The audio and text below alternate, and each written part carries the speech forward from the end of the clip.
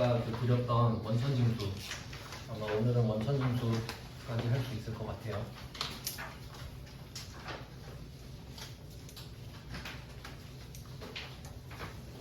방금 육아증권은 그냥 시험에 적합한 주제고 실제 제조업들은 뭐 별로 육아증권 그렇게 중요하진 않습니다.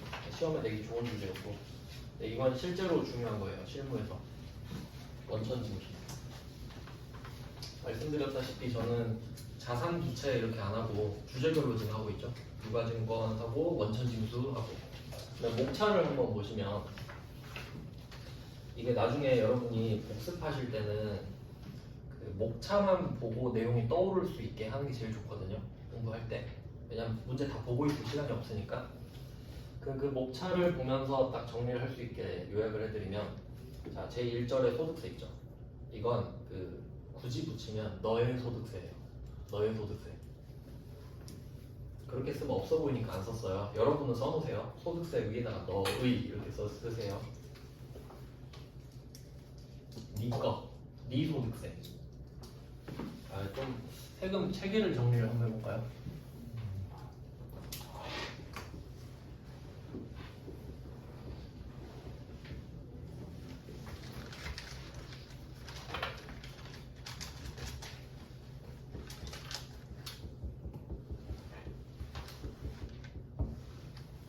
일단 소득 세금은 어디다 내냐면 소득, 수입, 재산, 행위, 거래 5개 세금을 떼거든요.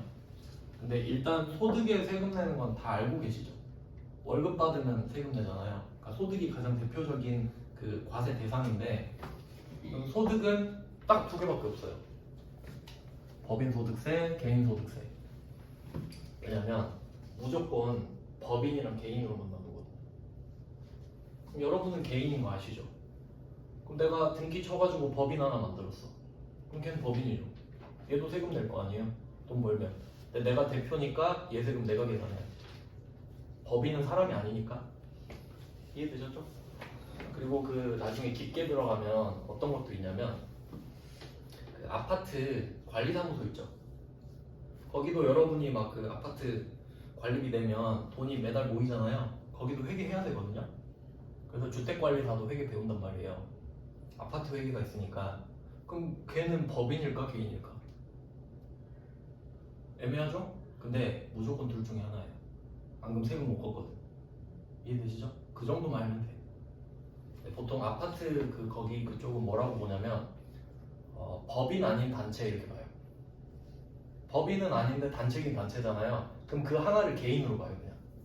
그럼 소득세 내리는 거예요. 이해되시죠? 이 2개를 벗어날 수는 없어요. 그냥 그런 겁니다. 근데 이름이 법인세 소득세인데 좀 특이하게 법인 소득세인데 소득을 빼버렸죠. 법인세. 소득세는 개인을 빼버렸죠. 그러니까 원래는 개인세, 법인세 해야 맞잖아요. 그냥 이름은 그렇고요. 그래서 법인은 법인세 내고 개인은 소득세 내면 된다.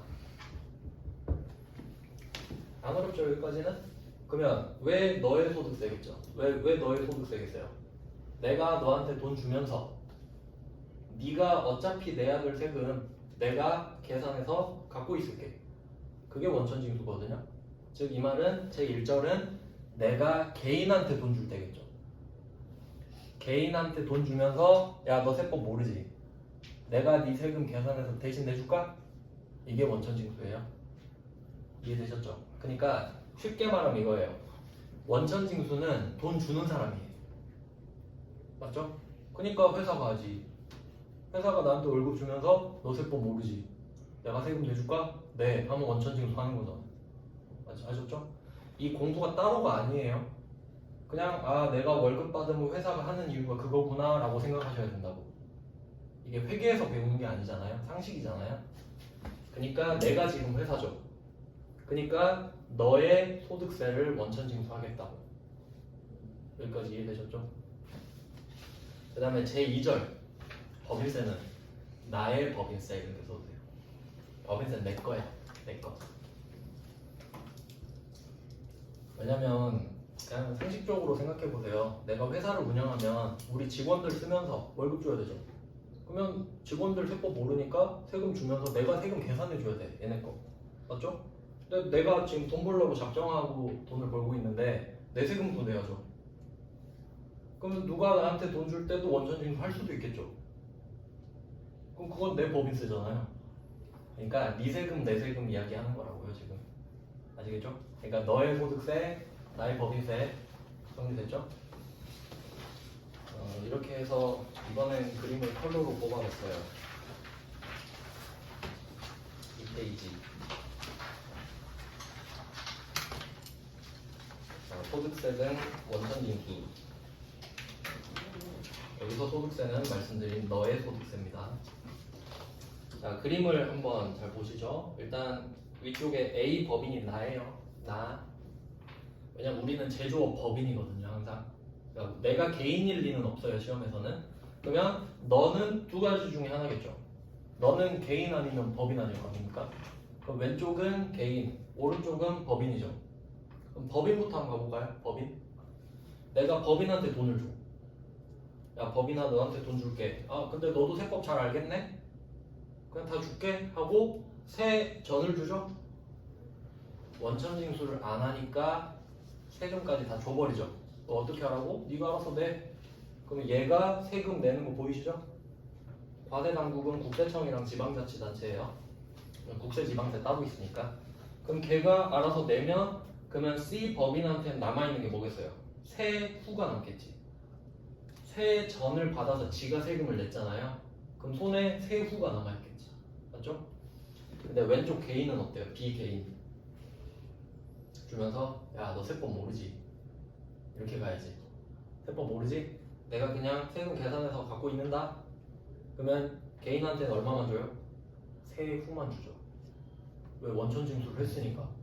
그럼 이 원천징수하고 안 준 거 어디다 내요? 내가 과세당국으로 쏴버려. 이해되십니까? 그러면 비개인한테도 결국 세후가 남아있죠. C 법인한테도 세후가 남아있죠. 누가 더 편해요? 비개인이 더 편하잖아. 그러니까 회사한테 욕하면 안 돼. 회사가 원천징수하고 연말정산까지 다 해주니까 우린 세금 신고 안 해도 돼요. 회사가 해주는 겁니다. 그래서 일단 개념은 이렇게 잡으시면 돼요. 결론은 내가 개인한테 돈 줄 때는 원천징수 해야 된다. 법인한테 줄 때는 안 한다. 맞죠? 결론. 자, 그리고 참고로 소득세는 8개 항목이 있어요. 밑에 써놨죠? 외우실 필요는 없어요. 그냥 써놓은 거예요. 8개 있다고. 그리고 밑에 시험에서 언급하는 소득세 한번 볼게요. 얘는 어쩔 수 없이 해야 되는 게 우리가 소득세를 배우진 않거든요. 근데 우리 회사가 개인한테 돈 줄 일이 있을 거 아니에요. 내가 소득세를 안 배웠어도 그럼 원천징수를 해야 되잖아요. 그러니까 문제에서 언급은 한다 이 말이에요. 어떤 내용이 있는지 한번 볼게요. 첫 번째 이자소득. 이거는 좀 기억하셔야 되죠. 시험에 잘 나옵니다. 이자소득은 15.4%. 비영업대금은 27.5%. 퍼센트까지는 안 외우셔도 되고 그냥 이자소득이 좀 시험에 잘 나왔지. 그리고 배당도 한번 생각해 볼까요? 이자소득이랑 배당소득의 차이는 이자는 내가 개인한테 돈 빌린 거예요. 개인한테 돈 빌릴 수 있겠죠? 근데 그 개인이 대부업자야. 자기가 대부업 하려고 사업자 등록을 한 사람이에요. 그 사람은 15.4%. 근데 그냥 개인이야. 그냥 친구야. 돈 많은 친구. 그럼 걔는 대부업자 아니겠죠? 걔한테 빌리면 27.5. 그러니까 대부업자도 아니면서 돈 빌려주면 세금 더 많이 떼겠다 이 소리죠. 그럼 대부업자 방해하는 거니까. 뭐 그런 논리인데 그냥 퍼센트는 필요 없어요. 자, 그 다음에 배당소득은 내가 주주한테 돈을 줄 수도 있겠죠. 배당. 근데 우리 주주가 또 개인일 수도 있고 법인일 수도 있죠. 주주가 법인일 수도 있거든요. 그래서 제가 개인 주주라고만 써놨죠. 그냥 법인 주주 할 때는 원천징수 안 할 거 아니에요. 그래서 그럴 수도 있겠구나 보시면 되고 배당은 무조건 15.4. 그 다음에 기타 소득. 이게 또 가끔 좀 겹치는데 또 그냥 참고로 알아주세요. 만약에 우리 회사에서 직원 교육시키려고 막 외부에서 전문가 부를 수 있죠. 뭐 예를 들어 그 서비스 마인드 전문가 뭐 이런 사람들, CS 전문가 불러가지고 뭐 어쩌 서비스 하는 법을 알려줘. 그럼 그 사람은 어쩌다 한 번 하는 거면 기타 소득이거든요. 어쩌다 한 번 하는 걸 기타 소득이라 해요. 참고로 복권 당첨되면 기타 소득이에요. 뭐 그런 느낌으로 아시면 되는데, 근데 옆에 얘는 좀 복잡한 게 그 1-60% 이렇게 써놨죠. 이게 뭔 뜻이냐면 이 사람이 만약에 100만 원을 받잖아요. 그러면 60%를 그 100만 원 버는데 썼다고 쳐줘요. 엄청 좋은 거지. 강연할 때 뭐 얼마나 들겠어요. 근데 그냥 너 고생하네. 60만 원은 내가 쓴 걸로 해줄게. 그럼 40%만 받은 게 되죠. 40만 원만. 거기다 22% 때리거든요. 그러니까 8.8%밖에 안 돼. 그러니까 결론은.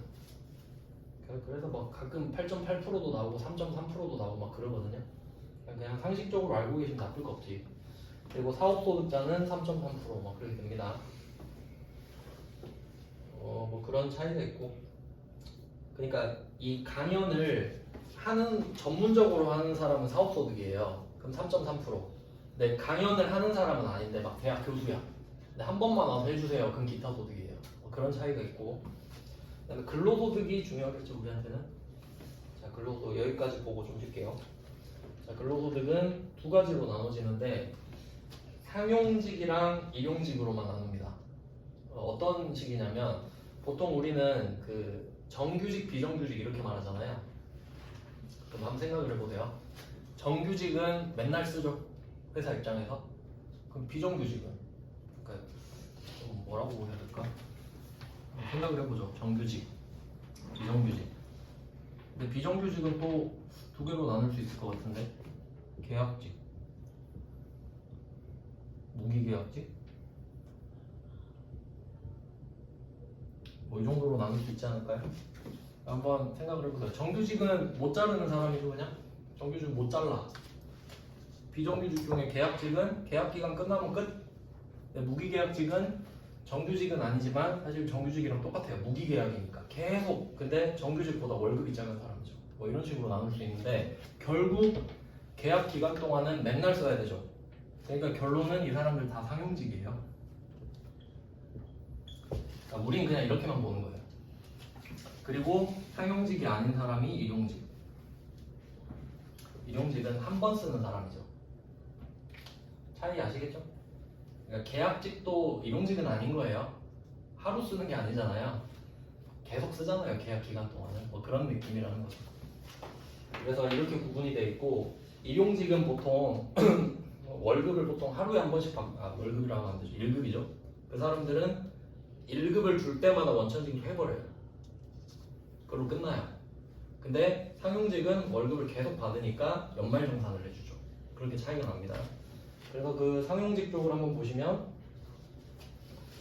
이건 이따가 자세히 배우는데 간이세액표라고 되어 있죠. 어떤 느낌이냐면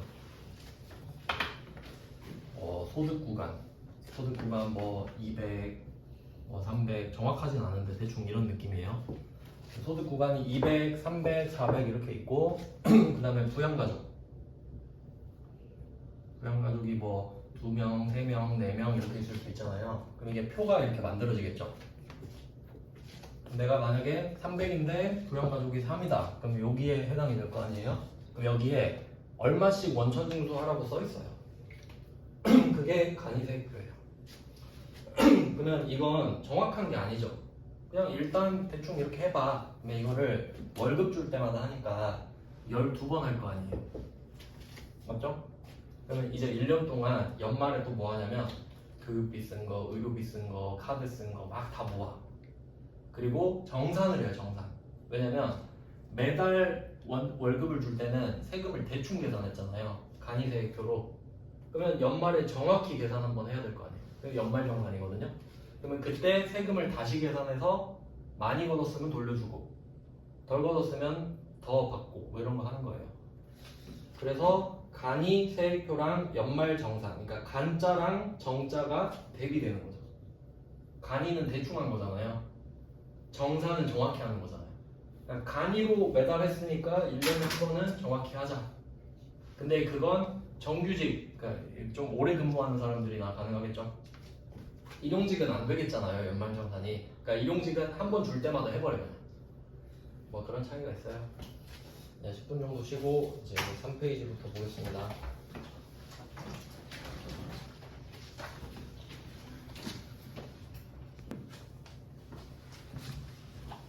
이제 문제를 한번 풀어보시죠.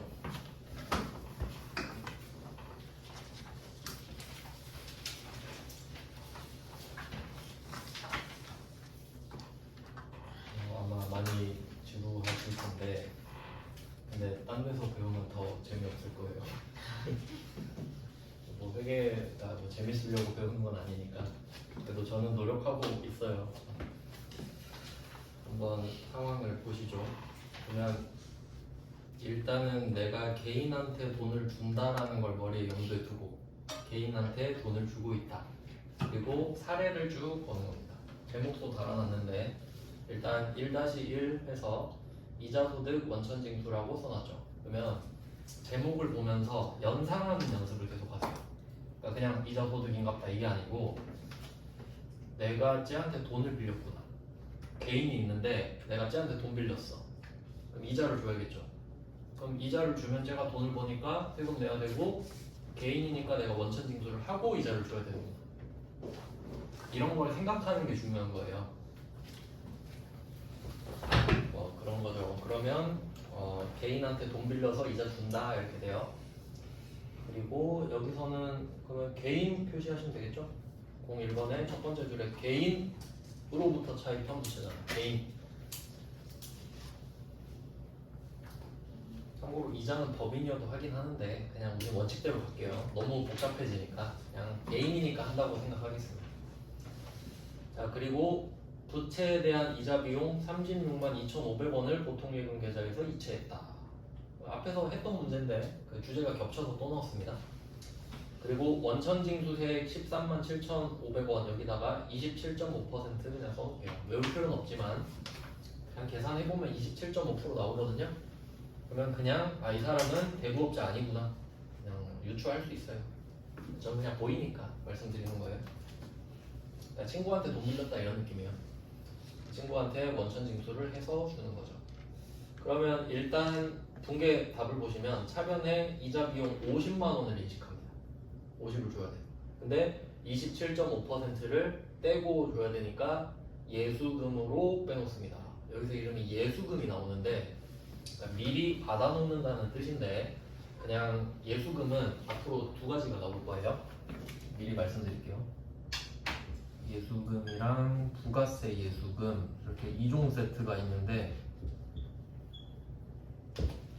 예수금이 나오면 그거예요. 네 건데 내가 내줄게 이 뜻이에요.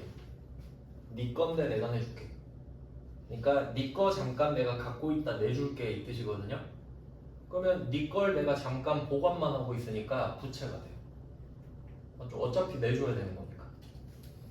근데 밑에 있는 부가세 예수금은 부가가치세를 걷어서 내줄 때를 말을 하는 거니까 그러니까 예수금은 딱 두 개 있는 거죠. 부가가치세냐 아니냐. 부가가치세면 부가세 예수금. 그럼 소득세는 부가세 아니잖아요. 그러니까 예수금. 근데 법인세 거는 우리가 원천징수 안 하잖아요. 그러니까 법인세 예수금은 없겠지. 뭐 그렇게 되는 거예요. 그러니까 결론은 부가가치세는 부가세 예수금, 소득세는 그냥 예수금이네. 그렇게 됩니다. 정리하면. 그래서 지금은 예수금 이렇게 나오는 거예요. 부채죠. 그럼 이거는 국세청에 25% 내고 지방자치단체에 2.5% 이렇게 내는 겁니다. 자, 그래서 나머지만 보통예금을 줬습니다. 앞에서 뭐 배웠던 내용이죠. 그 다음에 1-2번 가볼게요. 이번에는 배당소득입니다. 배당소득. 이것도 배당소득도 시험에 나오긴 나오니까 개념을 한번 설명을 해드릴게요. 자, 회계에서는 수익이랑 비용이 중요한데요. 수익은 플러스고 비용은 마이너스죠. 이렇게 해서 이익이 된다. 이게 제일 중요합니다. 회계에서. 그러면 또 여기서 이게 끝나는 게 아니고 이익은 이익잉여금이라는 자본으로 바뀌는 거 아시죠? 자본. 이 흐름을 배웠잖아요. 이게 제일 중요한데 그러면 이자랑 배당을 좀 비교해드리면 내가 돈 빌리고 이자 주는 거 있잖아요. 그러면 이자는 여기서 이자 비용에 포함돼요.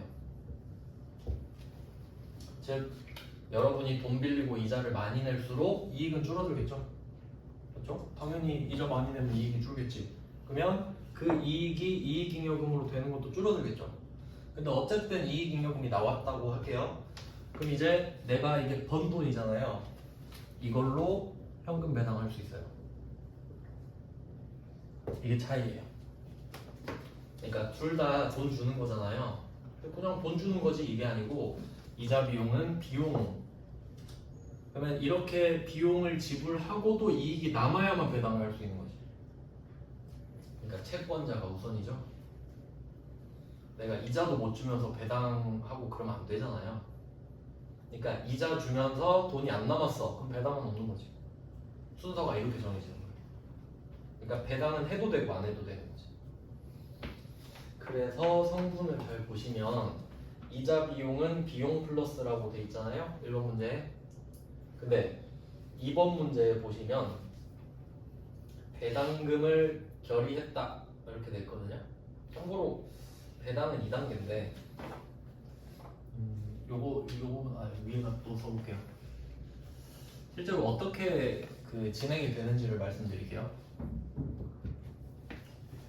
왜냐면 저는 그 배울 때마다 좀 짜증났어요. 회계 배울 때마다 설명을 필요한 걸 다 안 해주니까. 그래서 저는 그 마음이 생각나서 다 설명을 드리는 거예요. 이해가 되면 잘 들어와요. 자, 그럼 1월 1일부터 12월 31일까지 수익 비용 다 잡았죠? 그리고 12월 31일 기준으로 재무제표를 만들잖아요. 근데 12월 31일에 하루 만에 뚝딱 만드는 게 아니겠죠? 그러니까 이날을 기준으로 만들면서 시간이 좀 걸릴 거 아니에요. 그리고 또 중요한 게 감사를 받아야 돼요. 다 받는 건 아니고 그냥 일정 규모라 그럴게요. 직원이 많거나 돈이 많은 회사들 있죠. 그 회사들은 자기가 만든 재무제표 있잖아요. 그거 거짓말 치면 안 돼요. 왜냐면 예를 들어 봐요. 삼성전자가 거짓말 친 거예요. 그러면 삼성전자 망하면 몇 명이 굶어 죽어요? 몇십만 명 굶어 죽죠? 그러니까 규모가 큰 회사는 거짓말 치지 말라고. 니네 망하면 다 죽으니까. 이해되셨죠? 그건 경제살인이에요. 그러니까 감사를 받게 돼 있어. 직원이 많거나 돈 많은 회사는. 그러면 감사를 보통 그 연초에 받아요. 왜냐면 재무제표가 만들어진 후에 감사를 받으니까. 그러면 한 2월, 3월 된단 말이에요. 회계사들 와갖고 또 막 할 거 아니에요. 재고자 조사하고. 그러면 이때 감사까지 끝나고 나면 주주총회가 돼요. 왜냐면 재무제표 만들고 이 재무제표가 거짓말이 아니라는 것까지 확인이 됐죠 지금 회계법인한테. 그러면 이걸로 주주총회 하자고. 이제 얼마 벌었는지가 확실히 나왔으니까. 이해되세요? 그럼 주주들이 모여. 그럼 와가지고 야 돈 이만큼 벌었대. 배당 얼마 하자. 아니면 우리 신사업에 투자하자. 이런 거 하겠죠. 그걸 이익잉여금 갖고 하는 거예요. 이해되시나요? 그러면 주주총회 때 만약에 배당을 하기로 했다고 할게요. 그럼 주주총회 날이 곧 결정하는 날이겠죠. 맞죠? 이날 돈 바로 주진 않겠지. 결정만 하겠지 일단. 주자고. 맞죠? 그게 2번 문제. 날짜 보세요. 3월 28일이죠.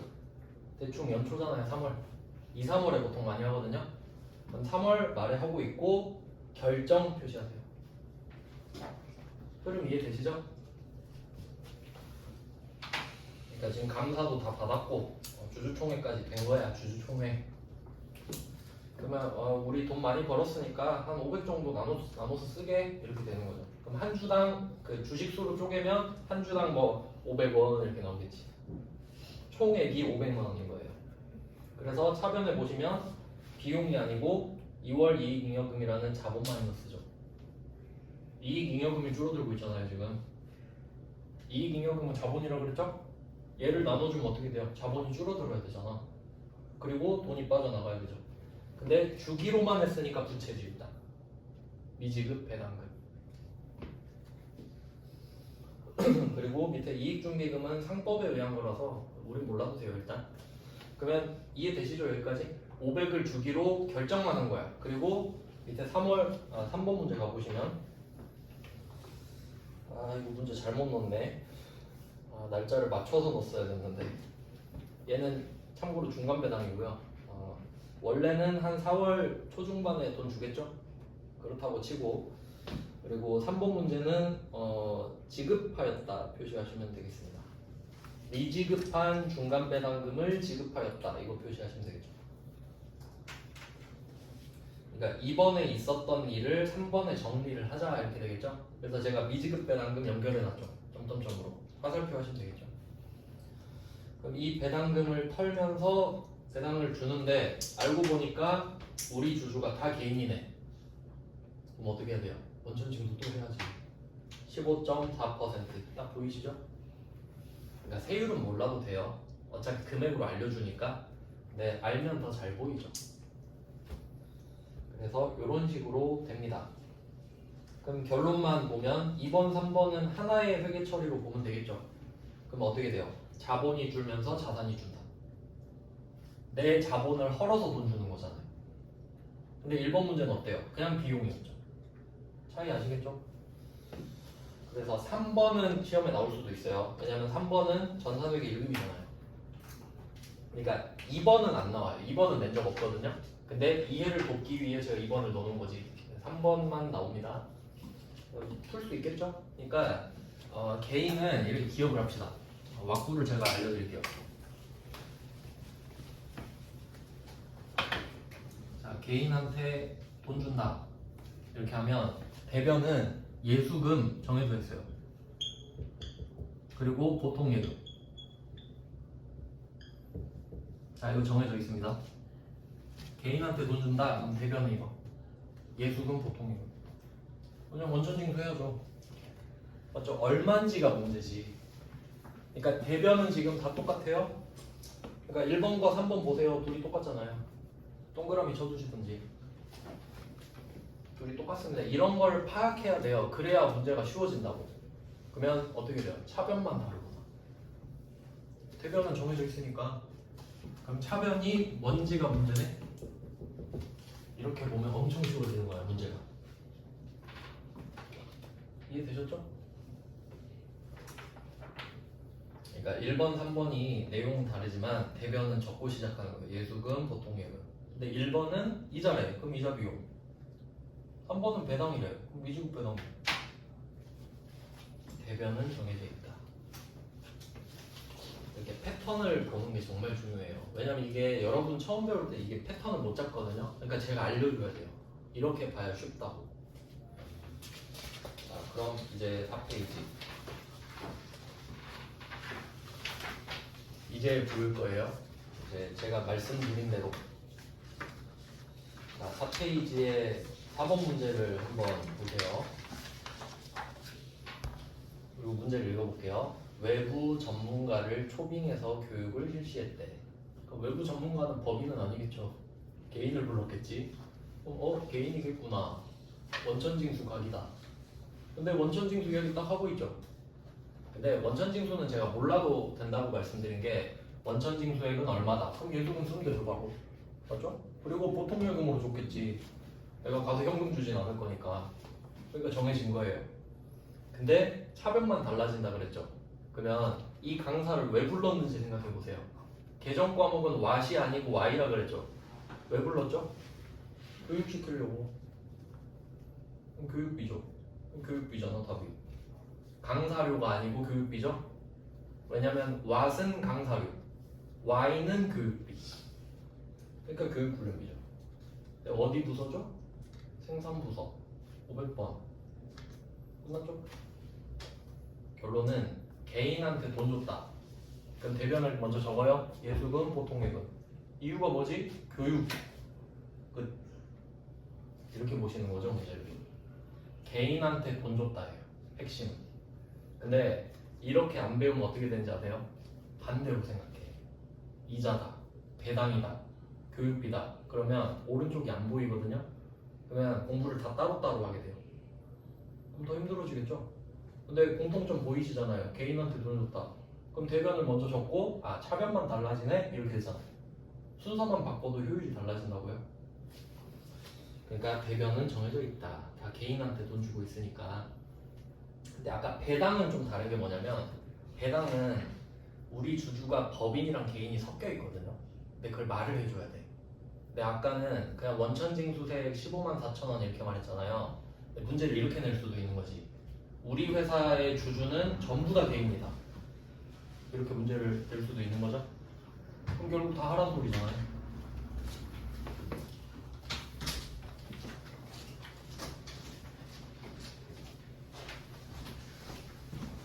네, 그 다음 문제 보겠습니다. 5페이지, 5번 문제. 5번 문제는 이거는 말 문제인데 아까 그 개념 설명드린 거 보충하려고 넣어봤어요. 4페이지에 5번을 보시면 이건 그냥 말 문제입니다. 2점짜리. 제조라는 제조기업이 외부 강사를 초빙했대. 그럼 4번과 5번은 똑같은 상황이죠. 서로 베끼기도 하니까. 자, 특강을 하고 강사료를 200만 원을 지급했대요. 원천 징수할 국세는 얼마인가? 그래서 아까 제가 60%는 빼준다 그랬죠. 그래서 답 보시면 200에서 60%를 빼줘. 그러면 80만 원만 남았죠. 그럼 이 사람은 200을 받았는데 80만 원 번 게 돼요. 국가가 그렇게 인정해주겠다는 소리예요. 그러면 80만 원이 번 돈이니까 거기에 세금을 때리겠죠.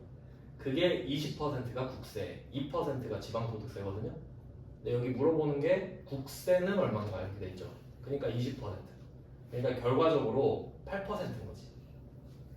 40%에 20% 곱하면 8%니까 그냥 이해용으로 넣은 거예요. 그냥 풀라고 한 게 아니고 그냥 그래서 그렇게 됐다고 그냥. 왜냐면 그 4번 문제에서 8.8% 원천 징수하거든요. 그래서 그냥 5번에 설명 잘하는 거예요. 혹시 궁금한 분 있으실까봐. 왜냐면 사업하시는 분들은 자세히 물어보시더라고요. 그런 분들이 계셔가지고 예를 들어서 넣어봤어요.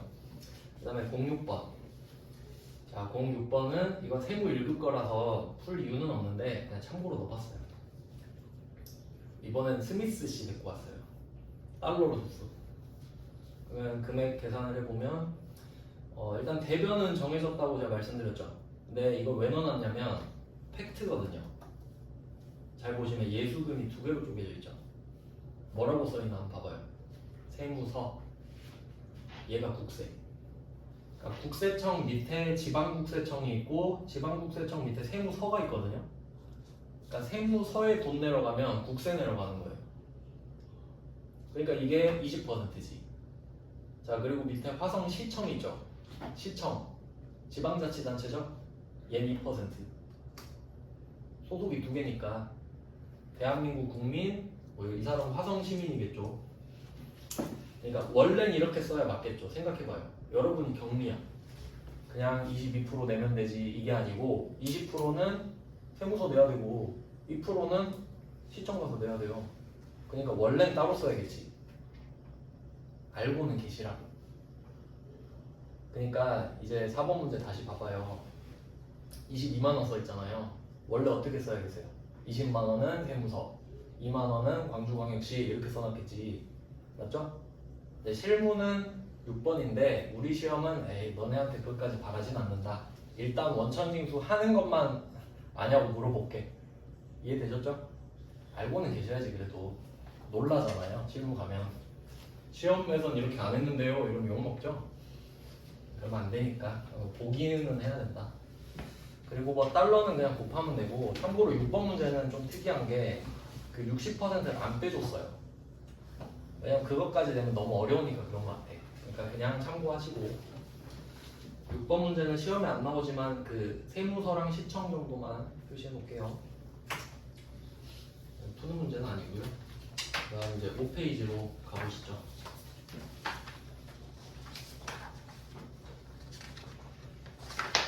자, 5페이지 일용직 나왔습니다.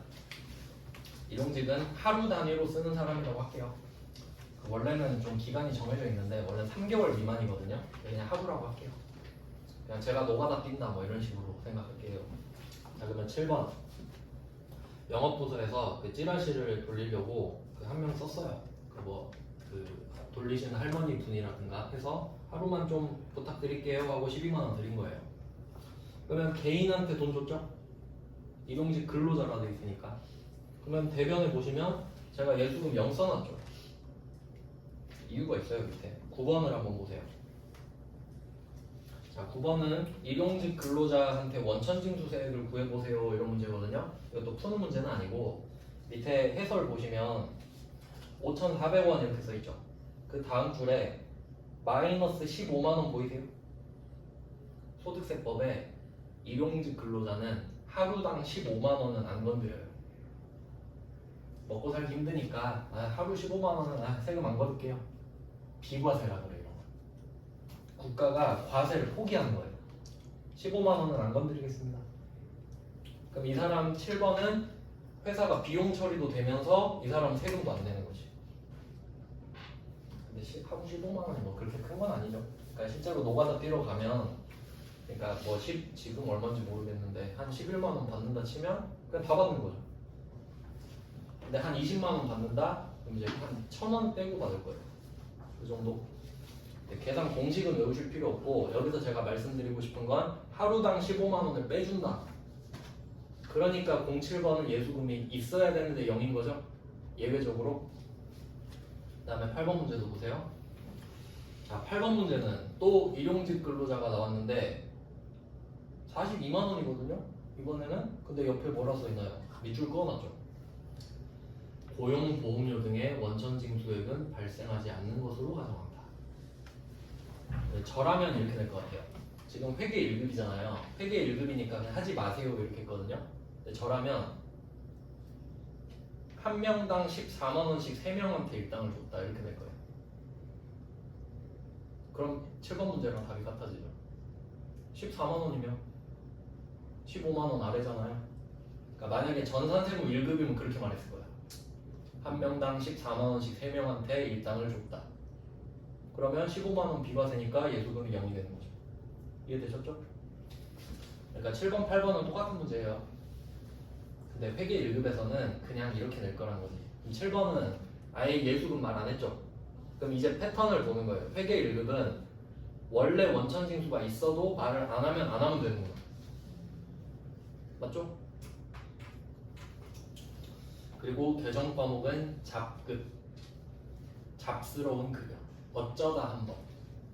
우리 직원한테 줄 땐 급여라고 쓰거든요. 그리고 영업부서니까 각각 800번 아시죠? 잡급입니다. 잡급. 이것도 기억해 두시고 이름. 그러니까 잡급은 보통 예수금이 안 나오는 패턴으로 문제를 낼 겁니다. 예수금 있는 문제가 한 번도 안 나왔어요. 자, 이건 예외입니다. 지금 예외가 등장한 거예요. 앞에선 다 원천징수 했죠? 방금은 예외적으로 안 한 거 해야 되는데. 자, 이제 6페이지로 가볼게요. 이제 본 게임입니다. 방금까지는 이제 연습이었고, 그러면 방금까지의 공통점을 한번 생각해 볼게요.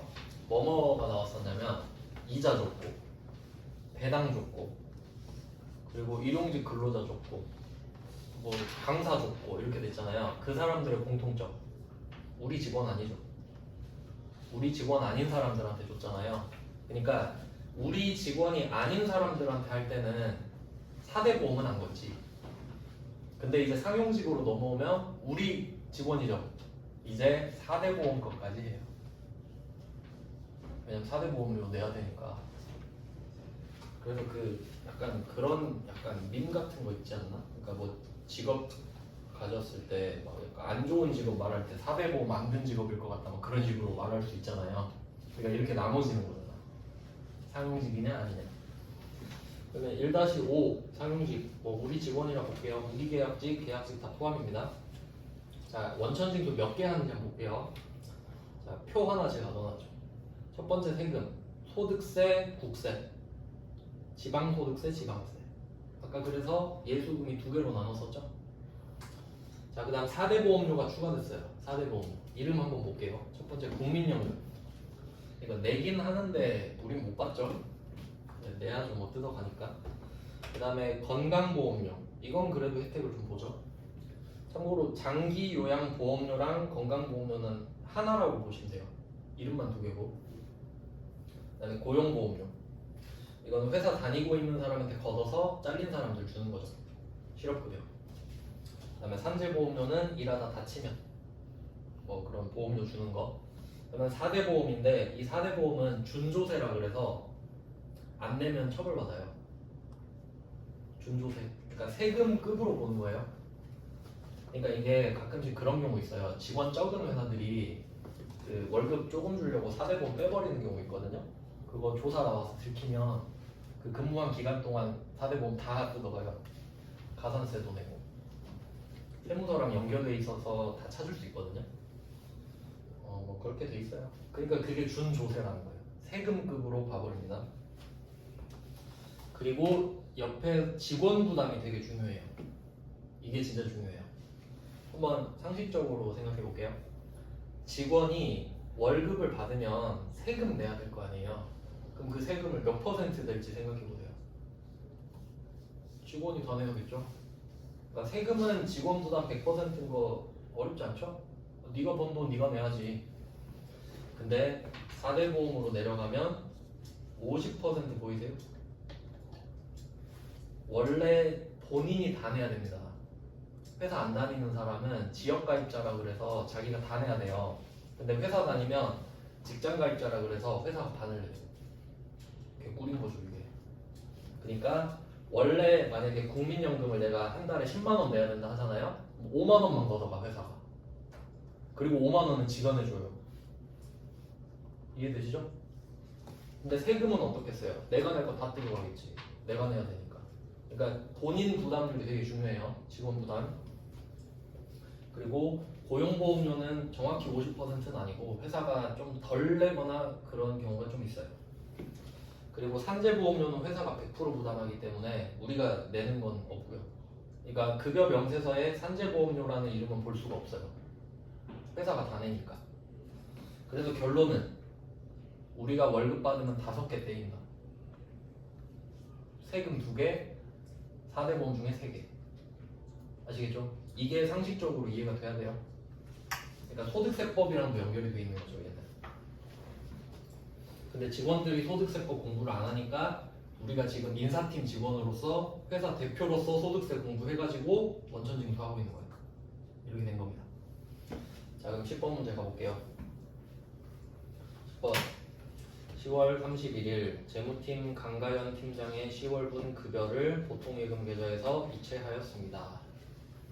그리고 그 제가 줄 꺼놓은 거 있죠. 이 줄에 그 2가지 종류가 있는데 이런 식으로 제가 글자 가운데다가 그어놓은 줄은 이 말은 있으나 없으나 답이 달라지지 않는 줄이고 밑줄 그어놓은 거는 그 밑줄 때문에 답이 바뀌는 겁니다. 그러니까 얘는 있으나 없으나 똑같은 말인 거죠. 그러면 무슨 말인지 한번 생각을 해볼게요. 자, 밑에 급여 명세서가 있는데 자, 이걸 어떻게 보는 거냐면 세로줄 있죠, 세로줄. 이거 반띵 이렇게 하시면 돼요. 왼쪽 오른쪽 줄 하나 딱 그어 놓으시고 자, 왼쪽이 이렇게 생각하면 돼요. 딱 줄을 그어 가지고 왼쪽이 플러스 오른쪽이 마이너스 이렇게 돼요.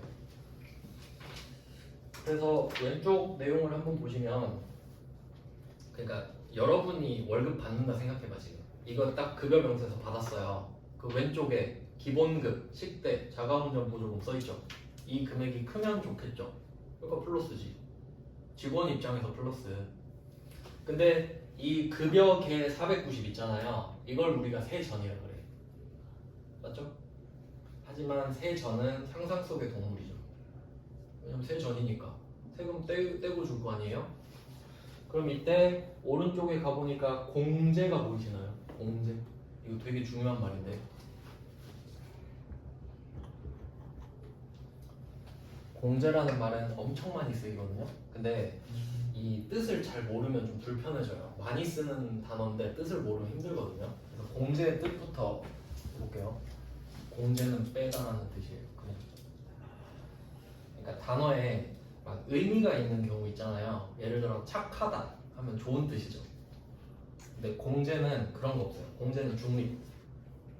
예를 들어 볼게요. 자, 여러분이 월급을 받아요. 월급. 좋은 거죠? 좋은 거. 나쁜 거도 하나 넣어볼게요. 세금을 낸다고 해볼게요. 세액. 자, 이 2가지 케이스로 설명을 드릴게요. 여러분이 지금 월급을 받습니다. 기분이 좋은 상황이에요. 근데 월급에서 공제를 하겠대. 기분 안 좋아지죠? 좋은 거에서 빼니까 안 좋아지는 거죠? 근데 내가 세금을 납부하러 딱 갔는데 세액에서 공제를 주겠대. 어때요? 기분 좋아야 되죠? 세금 내려고 그랬는데 빼주겠대. 이해되시죠? 이 뜻에서 중립이란 뜻이에요. 그러니까 공제 자체가 막 좋다 안 좋다 그런 거 없어요. 좋은 거에서 빼면 안 좋아지는 거고 안 좋은 거에서 빼면 좋아지는 거고. 그러니까 공제는 그냥 빼다라는 뜻인 거지. 근데 지금은 좋은 거에서 빼니까 안 좋아 보이는 거거든요. 그러니까 착각하시면 안 된다 이거지. 알겠죠? 그러면 이 공제 합계는 5개가 들어가 있겠죠. 한 번 더 표시해 보세요. 소득세, 지방세 2개 묶어두시고 세금 라인. 그리고 국민연금, 건강보험, 고용보험 3개 묶어서 4대 보험 라인. 이렇게 5개가 딱 보여야 된다고요. 그리고 그 건강보험 안에는 장기 요양보험도 포함되어 있다. 여기까지 알아두셔야 돼요. 왜냐면 이 사실을 모르면 나중에 왜 4대 보험 중에 4개가 나오지? 이렇게 돼버리거든요. 같다라는 걸 알아야 안 헷갈리지. 그리고 여기서 포인트는 세금이랑 보험료잖아요. 2가지 라인이죠. 그리고 생각해보세요. 보험료는 내면 못 돌려받죠. 일반적인 보험이라면. 그러니까 보험료는 내고 끝. 근데 세금은 어떻다 그랬죠? 연말정산으로 살릴 수 있어요. 그래서 제가 위쪽 표에다가 비고에 써놨어요. 오른쪽 위에. 세금이랑 국세지방세는 연말정산 시 추가 납부, 이건 안 좋은 거죠. 환급은 좋은 거죠. 둘 중에 하나겠죠. 그래서 이게 원래 좀 그런 좀 스킬이 있는데 아까 간이세액표라고 말씀드렸잖아요. 여러분도 이거 활용할 수 있으니까 알아두세요. 그럼 간이세액표에 그 금액이 정해져 있다 그랬죠. 근데 그걸 80, 100, 120 이렇게 조절할 수 있거든요. 보통은 100%로 돼 있겠죠. 보통 이제 어떤 경우가 많냐면 예를 들어 결혼을 하면 만약에 남편이 외벌이라고 해볼게요. 그럼 남편이 이 월급을 받고 보통 월급을 다 집에 갖다 주잖아요. 일부러 인사팀에 연락해가지고 120%로 떼달라 그래. 더 많이 떼가라고. 그러면 월급이 적어지죠. 그럼 그걸 집에 갖다 주는 거예요. 그리고 연말정산하면 환급 받을 확률이 높아지죠. 많이 떼갔으니까. 그 돈은 다른 통장에 넣어달라 그래. 비자금 조성. 가능하죠? 난 모르겠는데 하면 되잖아요. 그냥 120% 할 수 있잖아요. 모르면 다 떼이는 거고. 이게 아는 게 힘 아닙니까? 비자금을 이렇게 만들 수 있어요. 너무 추궁을 하지 마시고 이 정도는 모른 척 넘어가실 수 있죠. 그래서 이게 가능합니다. 그리고 이게 내가 소비가 좀 해픈 사람도 120% 가져가라고 해도 되겠죠. 그럼 환급 받으니까 약간 적금 들듯이 그럴 수도 있어요. 그런 식이라는 거죠. 연말정산 시스템이 있기 때문에 가능한 거죠. 임시로 떼가는 거니까. 그래서 결론이 뭐냐면 공제 합계 부분 있죠. 이게 그냥 다 예수금이잖아. 이걸 5개를 구분할 물론 그 소득세, 지방소득세랑 다 구분해야 되는데 우리 시험에서는 아까 보셨죠? 합쳐버리는 거. 그러니까 공단도 다 나눠서 내야 될 거 아니에요. 근데 우리 시험에서는 어차피 합쳐서 내니까 제가 줄 거는 거예요. 하나의 계정 과목으로 회계 처리하라는 말 없어도 어차피 예수금으로 해야 되니까 그 말입니다. 왜냐면 이름을 말 안 해줬잖아요. 세무서 이름도 말 안 해주고 시청 이름도 말 안 해주고 그래서 그렇게 된 거고 그 다음에 지급 총액을 보시면 이게 세후라고 쓰면 되겠죠. 그러니까 급여계 490에다 세전이라 써두시고 지급 총액에다 세후라고 쓰면 되겠죠. 그럼 공제 합계는 뭐겠어요? 세금 등 이렇게 쓰면 되죠. 세금만 있는 건 아니니까 세금 등 이렇게 하면 딱 아다리가 맞죠. 근데 지금은 한 명 거지만 실제로 한 명 월급 주겠습니까? 몇십 명 거 하겠죠. 어마어마하겠죠. 근데 일단 한 명 하는 걸 알아야 여러 명 것도 할 수 있으니까. 자, 그 다음 이제 7페이지로 가보세요. 이제 보는 법 연습을 잘 해야 됩니다. 그래서 제가 일부러 글자만 있는 문제도 엄청 많거든요. 그럼 여러분이 익숙해지지 않잖아요. 그러니까 자주 보시라고 칸을 많이 차지해도 그림을 계속 넣는 거예요. 그리고 이것도 한번 보죠. 11번 문제. 얘는 상여가 있죠. 상여는 계정 과목이 다른데 아까는 그 급여였거든요. 그냥. 근데 지금은 왼쪽에 보시면 답 왼쪽에 임금 급여랑 상여금이 따로 돼 있죠. 이것도 그냥 여러분이 그 사장이라고 생각해 보시면 월급은 맨날 주는 거잖아요. 그거랑 상여금은 어쩌다 한번 주는 거죠. 그 두 개를 섞어버리면 안 되지.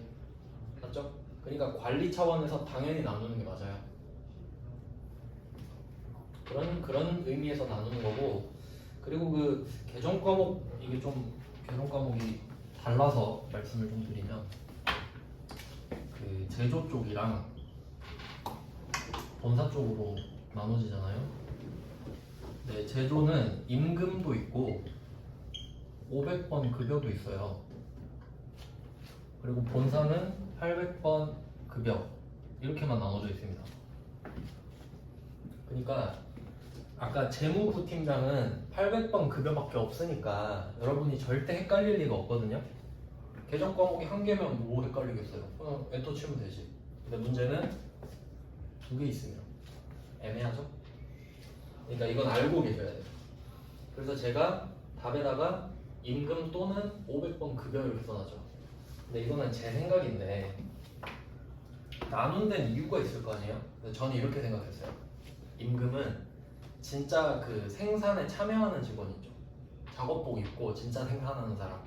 근데 공장장 같은 사람이죠. 공장 소속이긴 해. 또 그 사람이 뭐 라인 타는 거 아니잖아요. 그럼 그 사람은 어떻게 구분하지? 그래서 그 사람은 500번 급여. 전 그렇게 생각했어요. 그래야 나눠지는 게 확실하죠. 근데 우리 시험에서는 그렇게 디테일을 따지진 않는다 이런 느낌인 것 같아요. 그래서 저는 보통 임금을 선호하거든요. 일반 직원이잖아요 보통. 근데 500번 급여도 허용은 되니까 그렇게 써놓은 겁니다. 그래서 저는 그냥 임금이라고 하는데, 그래서 별말 없으면 둘 다 정답 처리가 되고 가끔 어떤 문제에서는 임금으로 회계 처리하시고 그건 임금만 답인 거지. 그 정도는 안 어렵죠. 그냥 알고는 계셔야 되는 소리예요. 두 개가 있으니까. 그 다음에 상여금은 어차피 뭐 하나씩 있으니까 상관없고요.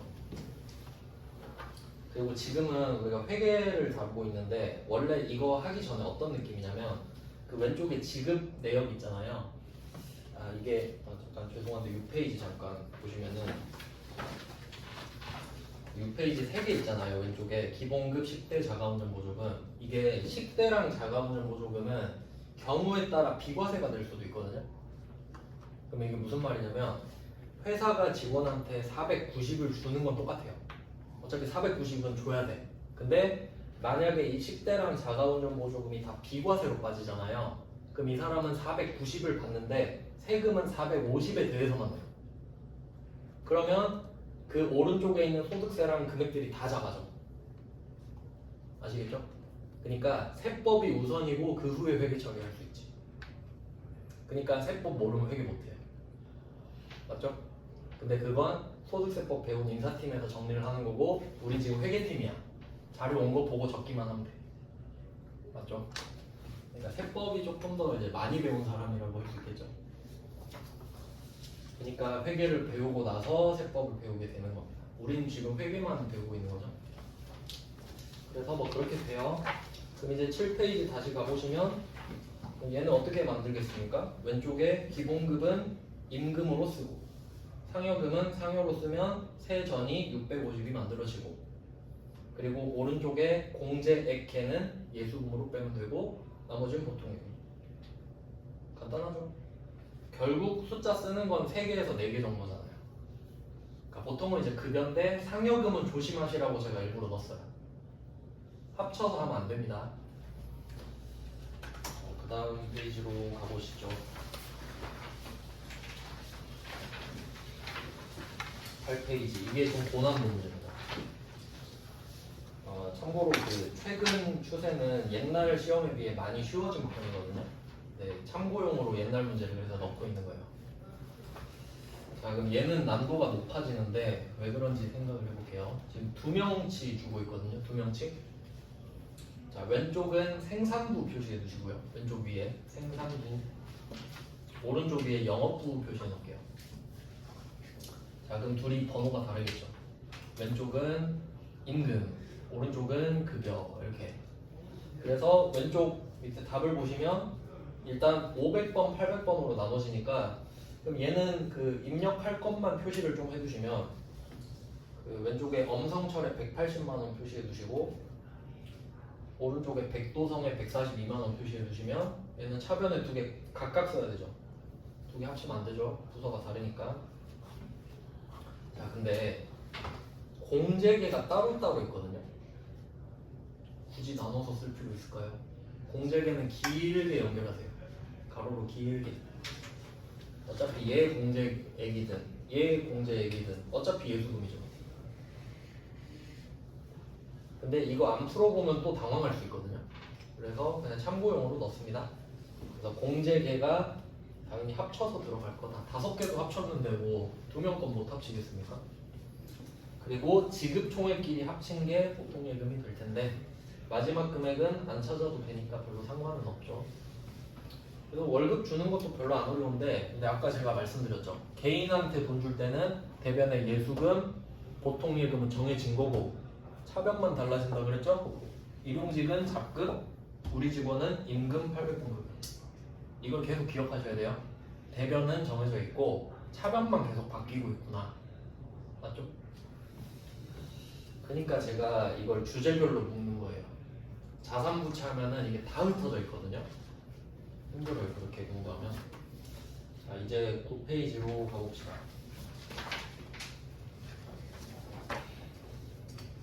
페이지. 이제 13번 문제인데 주류는 아니지만 옛날 문제 중에 있어서 한번 넣어봤어요. 컨셉은 가불입니다. 가불. 그래서 분계를 제가 2개 넣었죠. 이게 어떤 내용이냐면 지금 이 사람한테 월급을 주고 있는데 그 두 번째 줄에 가불한 100만 원 이거죠. 표시해볼게요. 가불한 100만 원. 그럼 가불은 월급을 미리 준 거기 때문에 오늘은 그걸 빼고 줘야 맞잖아요. 그러면 회계 처리를 어떻게 했냐? 처음에 가불 해줬을 때 회계 처리 한번 볼게요. 자, 회사가 보통 예금을 줬겠죠? 자산 마이너스 그리고 임직원 등 단기 채권. 여기서 임직원 등은 뭘 말하냐면 그냥 특수관계인이죠. 그러니까 이게 돈을 빌려준 걸로 보는 거거든요. 근데 원래 돈을 빌려주는 목적이 이자 받으려고 빌려주는 거예요. 근데 지금 직원한테 이자 받으려고 돈 빌려준 거 아니죠? 급하다고 하니까 빌려준 거죠. 그거 구분하려고 대여금이라고 안 쓰고 그러니까 이런 식으로 쓰는 거예요. 임직원 등 단기 채권이라고. 그리고 이름 써놔야겠죠. 가불한 사람이 얘 말고 딴 사람도 있으면 안 되니까 헷갈리니까 딱 정리를 해놓습니다. 그러면 우리 회사는 그냥 돈 빌려줬다 이렇게 회계 처리하고 끝. 그리고 이 사람 월급 줄 때 회계 처리를 볼게요. 자, 차변은 아까 보신 것처럼 800번 급여, 800번 상여금 이렇게 들어왔어요. 근데 이 사람한테 일단은 예수금을 다 빼줘야겠죠. 예수금. 여기서는 좀 단순하게 나왔죠. 국민연금 등 본인 부담액은 3개를 합친 겁니다. 4대 보험 중 3개. 그리고 3만 원은 소득세랑 지방소득세 합쳐서 2개. 합치면 20만 원 예수금. 이걸 먼저 빼야 되죠. 순서로 치면 가불금을 먼저 빼는 게 아니에요. 세금을 먼저 빼는 게 맞아요. 그럼 세금 빼고 이 사람이 원래 260 받아야 되죠. 근데 보니까 얘 100 빌려갔었네. 그럼 굳이 260을 줬다가 야 100 줘 이럴 필요 있나요? 그냥 100 빼고 주면 되죠. 그러니까 임직원 등 단기채권 퉁치고 줘버리죠. 그래서 임직원 등 단기채권이 아까 차변에 생겼다가 오늘은 잘못 썼네. 죄송해요. 이거 자산 마이너스라고 써야 되는데 복사 붙여넣기 하나 틀렸네요. 임직원 등 단기채권 밑에다가 자산 마이너스라고 써도 돼요. 그래야 맞죠? 그러면 둘 다 약간 약분된다고 생각하면 되죠. 둘 다 날아간다. 그러니까 거래처를 꼭 써줘야 돼요. 그러니까 한번 생각해 보시면 처음에 임직원 등 단기 채권을 쓸 때 김정숙 써놨는데 대변에 없을 때 김정숙을 안 쓰잖아요. 그럼 붕괴가 꼬여버리죠. 안 맞아 버리잖아요. 문제가 생기겠죠. 그러니까 없앨 때 깔끔하게 완벽하게 똑같이 써야 됩니다. 그냥 뭐 참고하시고요. 뭐 나온 지는 지금 한 10년 전에 나온 문제네. 근데 혹시 몰라서 그냥 넣어봤고, 그 다음에 14번 문제도 옛날 문제인데 한번 보겠습니다. 여기까지 봐놓고 보시면 되겠네요. 자, 14번은 이게 진짜 옛날 문제인 게 현금 지급했대요. 좀 이상하죠. 월급 현금으로 좀 징그럽지 않나요? 그냥 뭐 문제니까 그렇게 낼 수는 있는데, 자, 근데 얘는 조심해야 될 게 뭐냐면, 자, 급여 200만 원에 비과세 식대 10만 원이 포함돼 있다. 이거 안 보면 그래서 틀리는 거예요. 이거 소득세법에서 따지는 거라고 말씀드렸죠. 그러면 우린 몰라도 그 결과를 알아서 내서 우리한테 보낸 거라고 말씀드렸거든요. 그러니까 여기서 소득세는 우리랑 상관없습니다. 이미 그 비과세가 반영된 결과가 밑에 박스 안에 박스예요. 사대보험이랑 세금. 그러니까 비과세가 반영된 후에 세금이랑 사대보험이 결정된 거라고요. 그러니까 우리가 지금 따로 할 건 없다고. 이미 결정이 돼버렸다고. 그러면 우리 입장에서는 200만 원 주면 끝나는 거 아니에요? 맞죠? 우린 지금 세법을 하고 있는 게 아니라 회계를 하고 있어요. 그럼 회사 입장에서 200 주면 끝나는 거 아닙니까? 그러니까 비과세가 상관이 없다고요. 이해되셨죠? 그래서 지금 회계를 하고 있을 때는 세법이 상관이 없다 이렇게 보셔야 돼요. 일부러 헷갈리라고 지금 준 거죠? 왜냐면 이거 보고 급여 190 적는 사람도 있었을걸? 근데 상식적으로 생각해봐요. 200을 준다고 써있는데 190을 주면 돼요? 그럼 여러분 화 안 날 것 같아요? 그러니까 200을 주는 거면 200을 주면 끝. 자, 그 다음에 대변이 중요한데 이건 디테일이 좀 들어가 있죠. 김용남 씨랑 회사 부담액은 사대보험이 반반이라고 가정을 하는데 산재보험은 회사 부담. 이 말은 산재보험의 X표를 칠한 소리네요. 회사가 다 내주는 거잖아요. 그러니까 지금 직원한테 삥 뜯는 거거든요. 이거 이해 잘 하셔야 돼요. 직원한테 삥을 뜯을 건데 산재보험은 내가 다 내줄게 라고 말을 하고 있는 거죠. 그러면 산재보험에서는 5,000원을 삥 뜯으면 안 되지. 맞죠? 내가 다 내줘야 되니까. 그래서 산재보험은 삥 뜯는 거에서 제외. 그러면 국민연금, 건강보험, 고용보험은 절반씩 내자고 하는 거죠. 그 밑에 공식을 보시면 일단 소득세랑 지방소득세부터 더해놨죠. 2만원, 2천원. 이건 100%니까. 그리고 9만원, 14만원, 2만원은 괄호 안에 넣어놓고 50%를 때렸죠. 이렇게 계산해야 맞지. 네, 이렇게 된 겁니다. 그게 예수금이에요. 그러니까 이게 난도가 훨씬 높죠. 14번 문제가. 그러니까 뭐 옛날 문제는 좀 이런 느낌이고 참고용으로 넣어놨습니다. 여기까지 보고 그러면 다음에 뭐 할 거냐면 지금은 원천징수를 했죠. 그럼 이제 국세도 납부해주고 사대보험도 납부해줘야겠지. 이제 그게 다음 주제입니다. 네, 10분 정도 쉬고 다시 볼게요.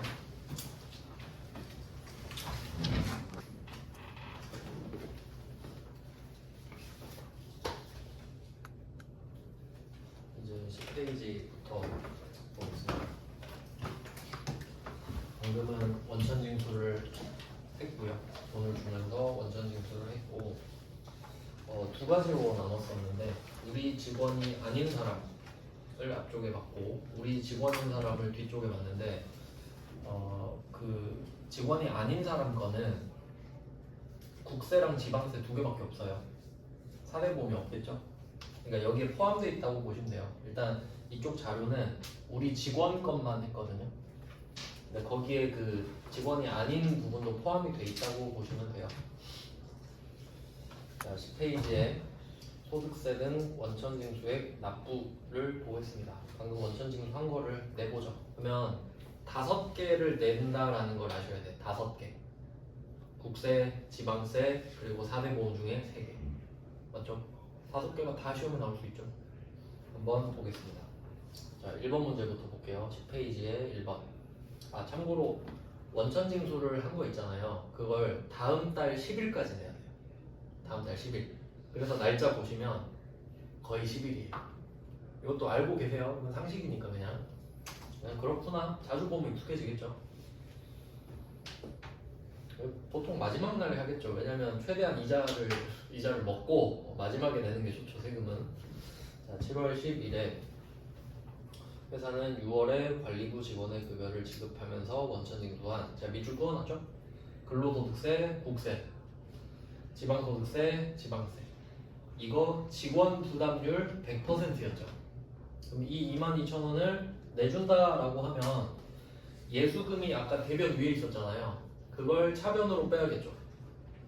그리고 돈 나가면 되는데 이 상황을 한번 생각해 보세요. 지금 회사 돈이 22,000원 나가고 있는 거거든요. 그럼 회사가 이 돈이 아까울까? 전혀 안 아까워. 직원 월급에서 빼놓은 거기 때문에. 이해되시죠? 직원 부담금 100%잖아요. 귀찮아 하고 계좌이체하면 끝. 그래서 국세, 지방세는 보통 이렇게 세트로 나올 건데 답이 너무 쉽죠. 왜냐면 직원 부담분 100%니까. 자, 그 다음 이제 2번 문제로 내려가 볼게요. 건강보험료 나왔죠. 이제 4대 보험으로 내려가면 회사랑 직원이랑 나눠서 내거든요. 그래서 옆에 쭉 가보면 50%는 회사 부담분. 이제 머리를 써야겠네요. 자, 그러면 어떻게 문제를 해석할지 볼게요. 일단 68만원 계좌이체한 건 팩트죠. 그럼 대변에 68만원은 일단 냅니다. 그리고 이 중에 50%는 직원 부담분이죠. 그게 예수금이죠. 직원 부담. 이거 써놓으세요. 예수금 옆에다가 직원 부담 50% 이렇게. 그러니까 삥 뜯어놓은 거 내니까 예수금 34만원은 안 아깝죠. 그냥 직원 거 내면 되니까. 근데 나머지 50%는 우리가 부담하죠. 그 밑에 복리후생비 옆에다가 회사 부담 50%. 그럼 이 복리후생비 34만원은 우리 회사 돈이죠. 아깝죠 이거는? 그러니까 그런 느낌을 받으셔야 된다고. 아, 직원 때문에 내가 돈 쓰고 있네. 이 느낌을 받으셔야 돼요. 그러니까 직원한테는 절반을 삥 뜯어놨고 그거랑 내 돈 합쳐서 내는 거니까. 그러니까 직원이 회사 다니면 좋은 게 두 개 있어요. 첫 번째는 4대 보험을 회사가 절반 정도 내준다. 두 번째 퇴직금 준다. 그 외에는 뭐 알아서 찾으셔야죠 이제. 자, 그러면 이때 건강보험료는 근데 이거 밑줄을 안 꺼놨네. 여러분이 밑줄 꺼놓으세요. 두 번째 줄에 회사 부담분 건강보험료는 복리후생비로 처리한다. 이거 제가 밑줄 꺼놨어야 됐는데. 그러니까 얘는 그렇게 하라고 했으니까 답이 복리후생비예요. 만약에 보험료로 한다 그럼 답이 보험료예요. 그 정도 차이예요. 별로 중요하진 않아요. 그러니까 이런 건 언급을 해줄 것이다. 근데 중요한 건 직원한테 삥 뜯은 건 무조건 예수금. 그러니까 말 안 해주죠. 그래서 1번 문제, 2번 문제 둘 다 예수금 말 안 하잖아요. 당연히 예수금이니까. 그래서 그 예수금의 위치를 기억하셔야 된다. 오른쪽 위에 있던 걸 왼쪽 밑으로 빼준다. 자, 그 다음은 3번 문제로 갑니다. 자, 고용보험료. 이번에 고용보험료 밑줄 꺼놨죠? 또 하나 더 해야 되죠. 옆으로 쭉 가서 회사 부담금은 보험료로 처리할 것. 그래서 이번 답은 보험료예요. 보험료로 하라고 했으니까.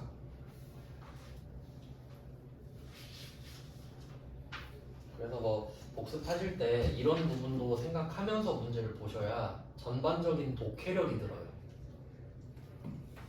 자, 그럼 문제를 한번 보죠. 현금으로 납부했대요. 그럼 대변에 일단 현금. 보통 예금 쓰고 틀리면 진짜 억울하죠. 이런 문제는. 자, 일단 현금 대변에 써놓고 얼마 주는지 보시면 합계 써야겠죠. 합계를 써야겠죠. 그래서 합계끼리 연결해 두셔도 좋겠고요. 이 돈을 낼 건데 이제 어쩔 거냐 이건데 이 문제는 좀 어렵네요. 3번 문제는 어렵습니다. 자, 한번 생각을 해볼게요. 자, 직원 부담금은 예수금으로 되어 있는 거 아시죠? 근데 예수금은 다 합쳐져 있죠. 그러면 여기서도 예수금 합쳐진 걸로 정리하면 되겠죠. 그게 직원부담금 합계인 27만 원 아니겠습니까? 그게 사라지겠죠. 그러니까 예수금은 합쳐서 계산한다.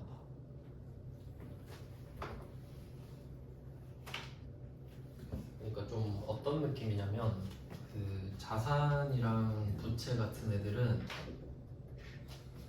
얘는 그냥 합쳐서 써도 돼요. 합계로 써도 돼요. 근데 문제는 비용이 있죠. 비용을 500, 800 또는 900 이렇게 나누는 게 중요한 거지 자산 부채는 안 중요해요. 그렇게 생각하시면 돼요. 그러니까 예수금이 부채잖아요. 그럼 그냥 다 합쳐버렸잖아요. 근데 아까 월급은 어때요? 500, 800 나눠야 되죠. 중요하니까.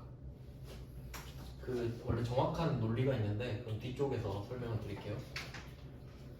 그래서 결론은 비용만 잘 나누면 되고 자산 부채는 합쳐도 된다. 그래서 예수금은 합쳐서 정리했죠. 그럼 회사 부담부는 어때요? 회사 부담부는 보험료로 처리하라고 그랬죠. 근데 얘 둘이 소속이 다르죠. 제조부, 마케팅도 돼 있죠. 그러면 회사 부담금은 보험료라는 비용인데 김정직은 500번으로 빼야 되겠고 이성실은 800번으로 빼야 돼서 답이 이렇게 나옵니다. 그래서 이건 순서를 여러분이 정해놓으세요. 저 같으면 현금을 1번으로 쓸 것 같고 예수금을 2번으로 쓸 것 같고 보험료를 둘 다 공동 3번 이런 식으로 할 것 같습니다. 그러니까 답을 보면서 아, 이 순서대로 풀어야 효율적이겠구나 이 방법도 생각을 하시는 거죠. 그래서 3번은 굉장히 어려운 문제입니다. 이거 진짜 시험장 가면 진짜 막막해요. 그러니까 3번은 결정을 하셔야 돼. 마스터를 하고 갈 거냐. 아 시험장에서 솔직히 좀 에바다. 냉정하게 생각해야 됩니다. 솔직히 1, 2번은 쉽잖아요. 3번은 솔직히 어려운 편이다. 생각을 해놓을게요. 그 다음은 이제 4번. 4번 이런 것도 시험장 가서 보면 막막하거든요. 그래서 연습용으로 넣어놨습니다. 실제로 이런 거 봤죠? 밖에 되죠? 고지서 같은 거. 자, 내용을 한번 볼게요. 일단은 국민연금 보험료를 납부했다. 날짜도 보시면 9월 10일이죠? 그러니까 이런 게 배경 지식에 도움이 돼요. 아, 예수금 납부하는 거구나. 그러니까 10일 보면 예수금 차변 이렇게 이제 나중에 무조건 만나가 되겠죠? 자, 그러면 얼마 냈는지 한번 볼게요. 220만 원. 근데 여기는 금액이 두 개 써 있죠. 220만 원도 있고 226만 6천 원도 있죠. 날짜를 잘 보세요. 자, 납부기한 중간쯤을 보면 납부기한 21년 9월 10일까지가 220만 원입니다. 이거 두 개 묶어 놓을게요. 그러니까 9월 10일까지 내면 220이에요. 근데 내가 좀 늦었어. 그 밑에 220만 원 밑에 11월 10일까지 보이세요? 그렇게 내면 226만 6천 원. 늦었으니까 이걸 가산세라 그러거든요. 원래 그 과태료도 늦게 내면 더 비싸죠. 뭐 그런 거예요. 그러니까 얘는 날짜가 저절로 9월 11일부터 11월 10일까지가 되겠지. 맞나요? 근데 오늘 날짜가 뭐예요? 9월 10일이죠. 뭐 얼마 되겠어요? 220 이런 거예요. 이거 자료 분석할 줄 아냐. 딱 마지막 날에 냈으니까 받아주겠다. 그리고 그 세무사 시험에서는 또 어떻게 되는지 아세요? 이렇게 10일까지 내놓고 문제도 이렇게 내. 9월 10일은 일요일이다. 그럼 11일까지 받아주거든요. 그리고 그건 그냥 참고로 우리한테 그렇게까지는 안 내요. 근데 원래 그 날짜가 주말이면 그 다음 월요일까지로 넘어가거든요. 상식적으로 알아두세요, 그건. 근데 뭐 우리한테 그렇게 안 되고. 그러면 일단 대변에 220을 빼요. 보통예금으로. 자, 차변에 예수금 종업원 부담분을 그대로 넘기면 되겠죠. 그리고 이 그 문제 위에 박스에 맨 위에 박스 있죠. 두 번째 줄에 종업원 부담분 110만 원 옆에 급여 지급 시 이 금액을 차감하고 지급하. 이거 그냥 한 줄 끄어버리셔도 되죠. 이 말이 없으면 이렇게 안 한 거냐? 아니죠. 원래 그렇게 한 거죠. 그래서 예수금이 됩니다. 직원 부담분은 다 예수금으로 빼주시면 되죠. 110 빼고. 자, 나머지는 그 맨 위에 박스의 세 번째 줄에 세금과 공과로 회계 처리한다. 그럼 이번엔 세금과 공과 하라고 하는 대로 해야 되니까 근데 또 부서가 두 개죠. 영업부는 800번, 생산부는 500번 이렇게 나눠서 적어주시면 돼요. 그러니까 뭐 이 정도 나오면 좀 어려운 거죠. 합원 문제는. 그러니까 좀 혼란스럽게 하려고 하는 문제인데, 그러니까 본질을 잘 파악하셔야 돼요. 이게 넉넉고 보면 진짜 이런 거 당황하거든요. 자, 그리고 제가 그 납기 후 기한 있죠. 참고로 납기가 납부 기한인데, 납기 후 기한은 납부 기한 후 기한이죠. 그러니까 두 번째 기한인 거죠. 이거 지나면 가산세 또 붙어요. 그러니까 처음에 3% 붙고 그 뒤로는 하루에 또 몇 프로씩 붙어요. 자, 그럼 밑에 제가 참고 써놨죠? 만약에 내가 늦었어. 11월 10일에 냈어. 그러면 대변에 226만 6천 원 되겠죠. 그러면 점점점 박스가 붙는 거야, 새로. 기존 문제에서 점점점 박스가 그러면 6만 6천 원이 뭘로 돼 있나 보세요? 800번 세금과 공과 또는 잡손실 써놨죠. 왜냐면 일단 국가에 내니까 세금과 공과로 회계 처리해도 되는데, 이게 제조랑은 전혀 상관없죠. 과태료 내는 거니까. 그러니까 800번. 아니면 애매하다 그럼 잡손실로 해도 돼요. 옛날에 과태료에서 한 번인가 나왔어요. 그냥 과태료나 뭐 이런 가산금 나오면 그냥 잡손실이나 800번 세금과 공과 참고로 알아두세요. 뭐 그렇게 낼 확률은 적지만 참고로. 그 다음에 12페이지로 가보죠.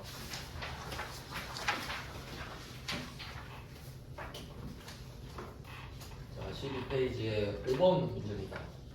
5번 문제는 이번엔 국민연금 보험료인데, 정확히는 국민연금 하면 다 아시죠? 자, 이걸 이번에는 카드 결제죠. 이것도 안 해보면 당황하는데, 솔직히 카드로 낼 확률이 또 많잖아요. 그래서 카드 문제도 꼭 넣어놨습니다. 자, 한번 내용을 생각해 보시죠.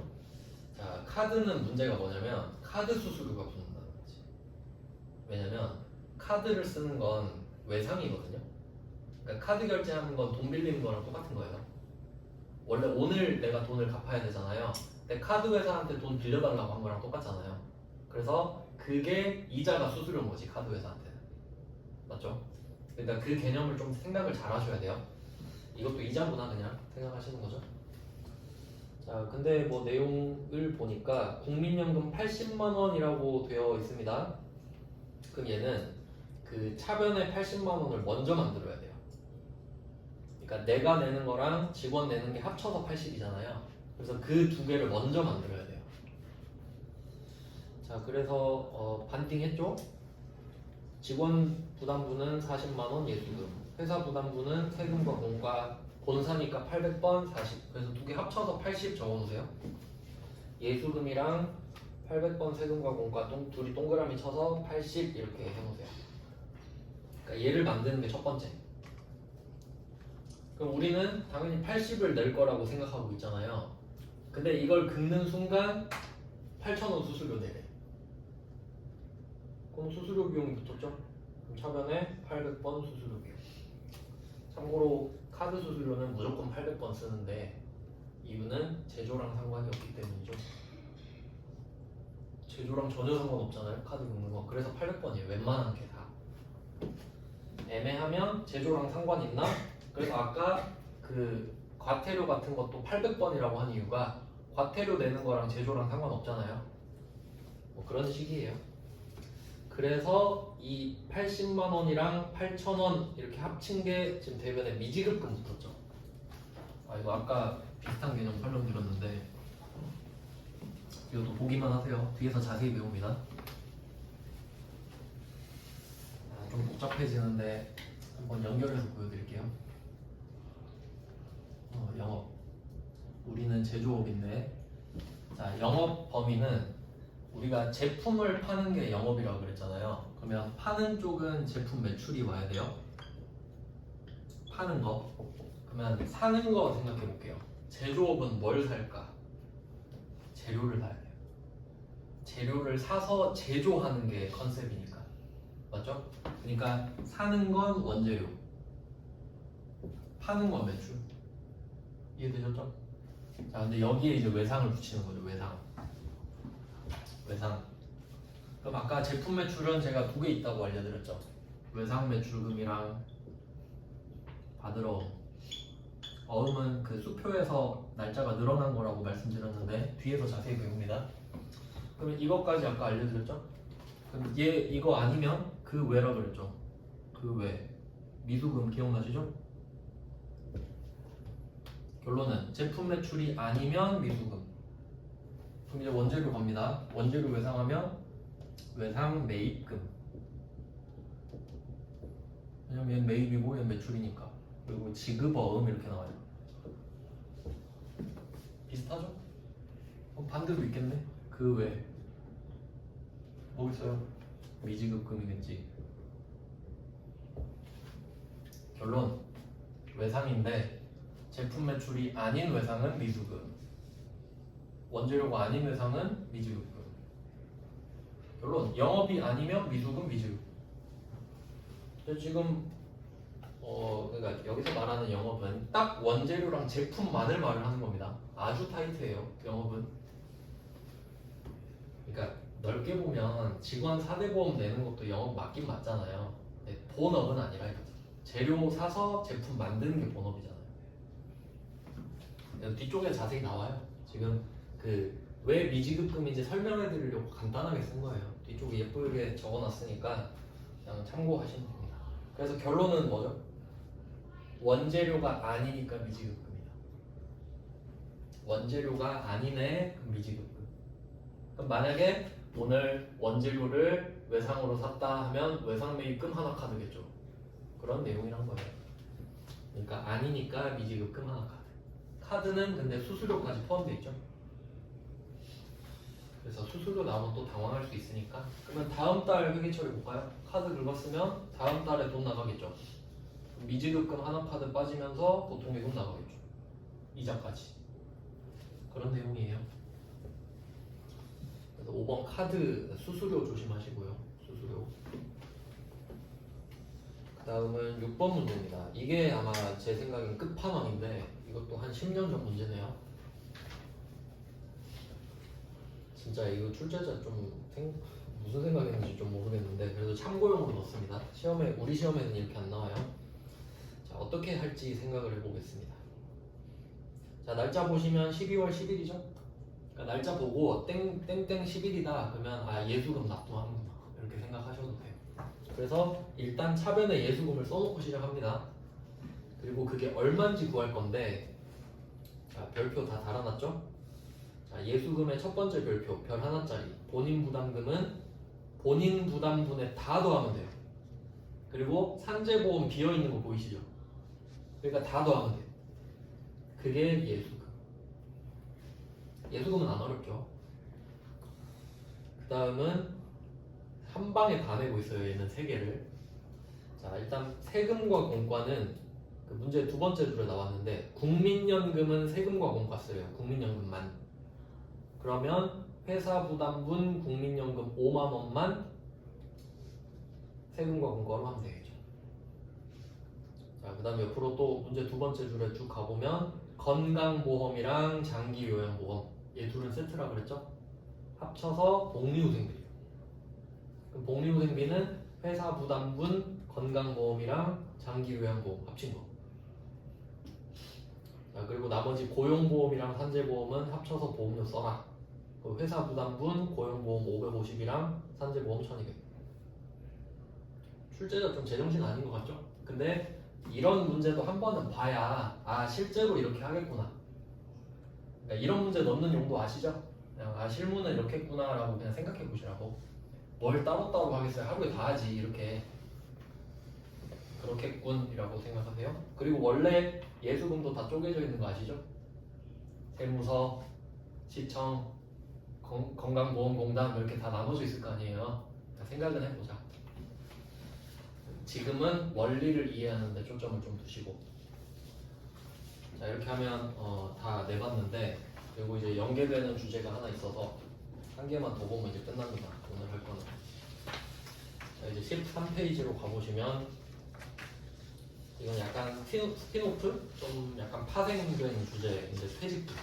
퇴직금을 어떻게 넣을지가 애매해가지고 마지막에 따로 넣어놨습니다. 퇴직금을 한번 배워볼게요. 이거 시험에 잘 나옵니다. 퇴직금.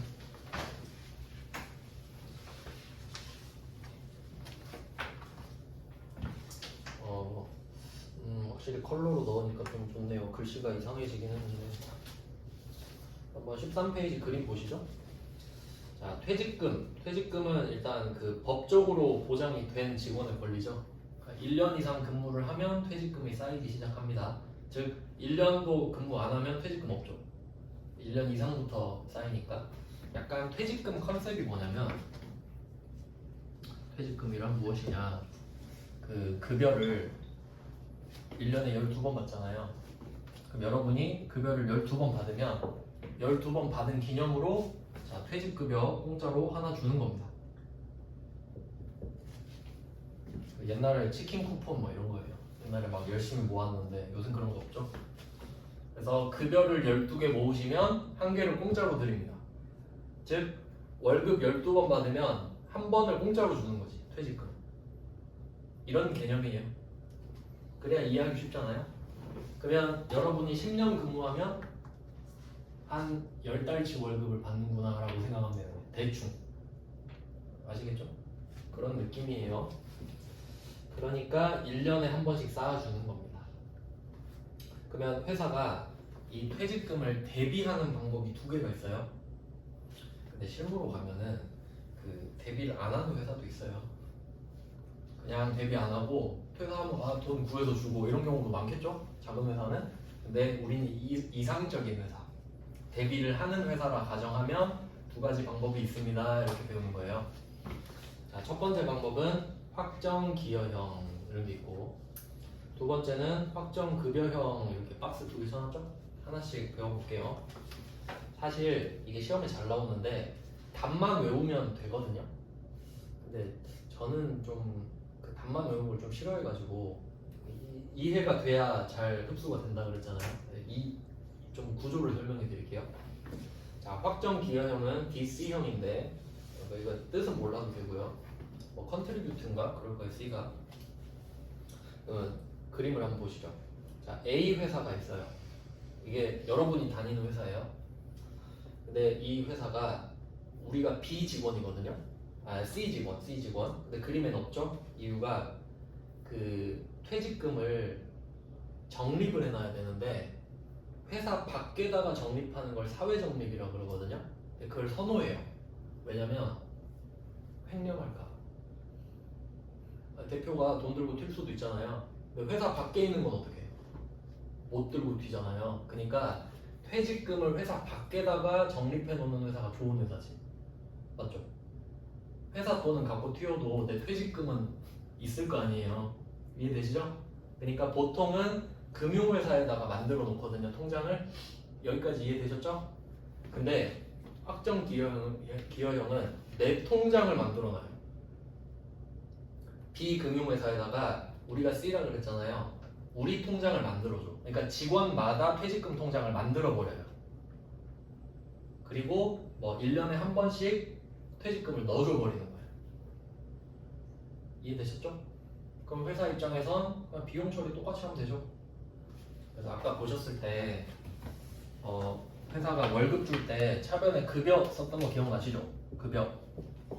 그럼 퇴직금은 그냥 퇴직급여는 이런 비용이에요. 그러니까 급여는 한 달에 한 번씩 주는 급여고 퇴직급여는 1년에 한 번씩 주는 급여인 거지. 결국 둘 다 비용 맞죠? 이렇게 하겠다는 거예요. DC형. 아주 간단하죠. 그러니까 월급은 급여라는 비용, 퇴직금은 퇴직급여라는 비용. 그래서 제가 그때그때 지급 써놨죠. 그러니까 적당히 때 되면 1년에 한 번씩 이런 느낌으로. 자세히 물어보진 않으니까 1년에 한 번, 12번 줄 때 한 번 더 준다 생각하시면 돼요. 자, 그래서 직원 통장으로 쏴줘 버리니까 회사 입장에서는 보통 예금이 줄어들잖아요. 근데 그 바로 비용 처리가 된다 이 말이죠. 회계 처리가 되게 깔끔하겠죠.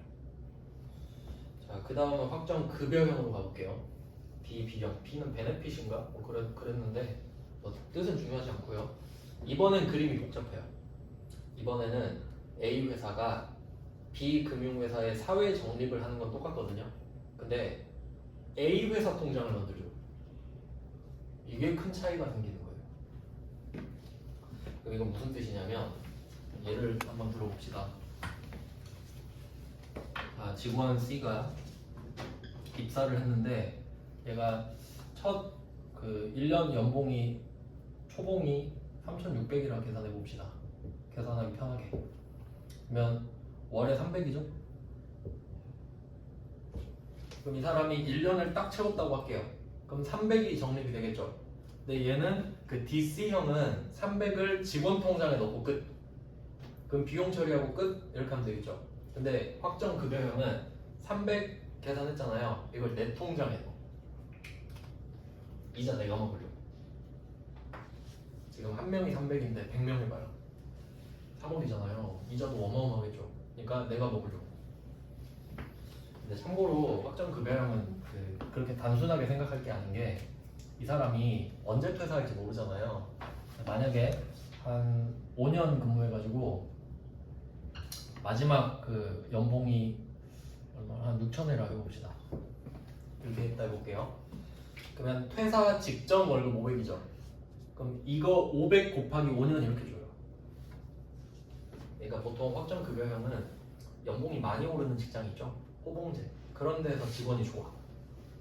마지막 월급 곱하기 연수를 하니까 대충 정확하진 않은데 대충 그래요. 그러니까 그 이자를 받아서 내가 충당해야지. 이해되시나요? 그러면 직원들 퇴직금을 내 통장에 갖고 있잖아요. 회사 통장. 그럼 뭘 해야 되냐면 아래쪽에 파란 화살표 있죠. 퇴직급여 충당부채라는 거를 같이 인식해야 돼요. 이건 뭐냐면 직원들이 다 퇴사하면 얼마 줘야 되지? 그거예요. 굉장히 보수적인 기준이죠. 다 퇴사하진 않을 거잖아요, 직원이. 근데 언젠간 다 퇴사할 거 아니에요. 그러니까 12월 31일마다 다 계산해. 전 직원 다 퇴사하면 얼마 줘야 되지? 왜냐면 그 금액을 알아야 퇴직연금 운용자산이랑 비교할 거 아닙니까? 맞죠? 그러니까 얘는 되게 번거롭죠. 근데 확정 기여형은 어때요? 줘버리고 끝이죠? 그러니까 확정 기여형을 선택한 직원 거는 퇴직급여 충당부채가 없지. 맞아요? 그때그때 주고 끝냈잖아요. 근데 확정급여형은 어때요? 직원이 퇴사를 안 하고 계속 다니고 있으니까 부채가 얼마인지도 알아야 되고 거기에 맞춰서 운용자산도 마련해야 될 거 아니에요. 그런 식으로 된다 이겁니다. 그리고 참고로 이 DC형이랑 DB형은 직원 한 명 한 명이 골라요. 그러니까 한 회사에 이 두 가지를 같이 하고 있을 수도 있는 거지. 근데 너무 복잡하니까 그냥 하나만 있다고 치고 그런 식으로 생각하시면 돼요. 그러니까 여러분이 회사 가면 고를 수 있어요. 근데 보통 DB형이 좋아요. 왜냐면 그 처음 월급보다 마지막 월급이 더 높으니까 기본적으로. 뭐 그런 식인데 그래서 결론은 뭐냐면 DC형이다. 그럼 답이 퇴직급여고요. DB형이다. 그럼 퇴직연금 운용자산 이게 답이에요. 그러니까 이것만 외우면 돼 사실. 근데 이유를 알려드린 거라고요. 알겠죠? 그래야 이해가 더 잘 될 거 아니에요. 이름만 외우면 그러니까 이게 시험 내기 좋은 게 뭐냐면 확정 기여형, 확정 급여형 한 글자 차이 나죠. 답이 확 바뀌잖아요. 그러니까 잘 내지. 그것뿐이에요. 자, 뭐 그런 내용인데 어떤 식으로 붕괴가 이어지는지 쭉 보겠습니다. 자, 3-1번 퇴직금의 첫 번째 퇴직급여 충당부채 설정. 그러니까 얘는 DB형을 선택한 직원들을 위한 거겠죠. 얘를 12월 31일마다 하거든요. 그래서 제가 자동결산이라고 써놨죠. 이건 뭐 어떤 식으로 하냐면 그 박스 안에 보시면 퇴직금 추계액이 있죠. 여기다가 목표 금액이라 써두세요. 퇴직금 추계액의 목표 금액. 그러니까 지금 12월 31일 기준으로 이 정도가 있어야 돼요 지금. 그리고 오른쪽에 잔액 있죠. 잔액만 표시하세요. 그리고 한번 생각해보세요. 잔액은 지금 남아있는 잔액이죠. 목표액은 목표액이죠. 그 화살표가 잔액에서 추계액으로 가야겠죠. 그러니까 얘는 화살표가 오른쪽에서 왼쪽으로 가야지. 이해되시나요? 그러니까 설정 전 잔액이라 돼 있잖아요. 그러니까 지금 업데이트 하기 전 잔액이라 소리예요. 그리고 나는 목표 금액으로 업데이트를 할 거야. 그러면 화살표를 역으로 했는데 생산부서는 그럼 어떻게 해요? 지금 6천 있는데 3억 만들래. 2억 4천 추가하면 되겠죠? 그럼 부채가 2억 4천 늘어요. 그 다음에 마케팅 부서는 2천 있는데 1억으로 만들어줘야 됩니다. 8천 추가하면 되겠죠. 그래서 밑에 붕괴를 보시면 각각 퇴직급여 충당 부채가 2억 4천 8천인데 그 퇴충 3억 2천 써있죠? 그리고 얘네들을 비용으로 만드는 거예요. 부채가 늘어났기 때문에 비용 처리를 해야 되거든요. 그래서 퇴직급여라는 비용으로 잡아놓습니다. 붕괴를 실제로 해야 되는 건 아니고 그 금액만 찾을 줄 알면 돼요. 이건 결산해서 따로 보여드리고.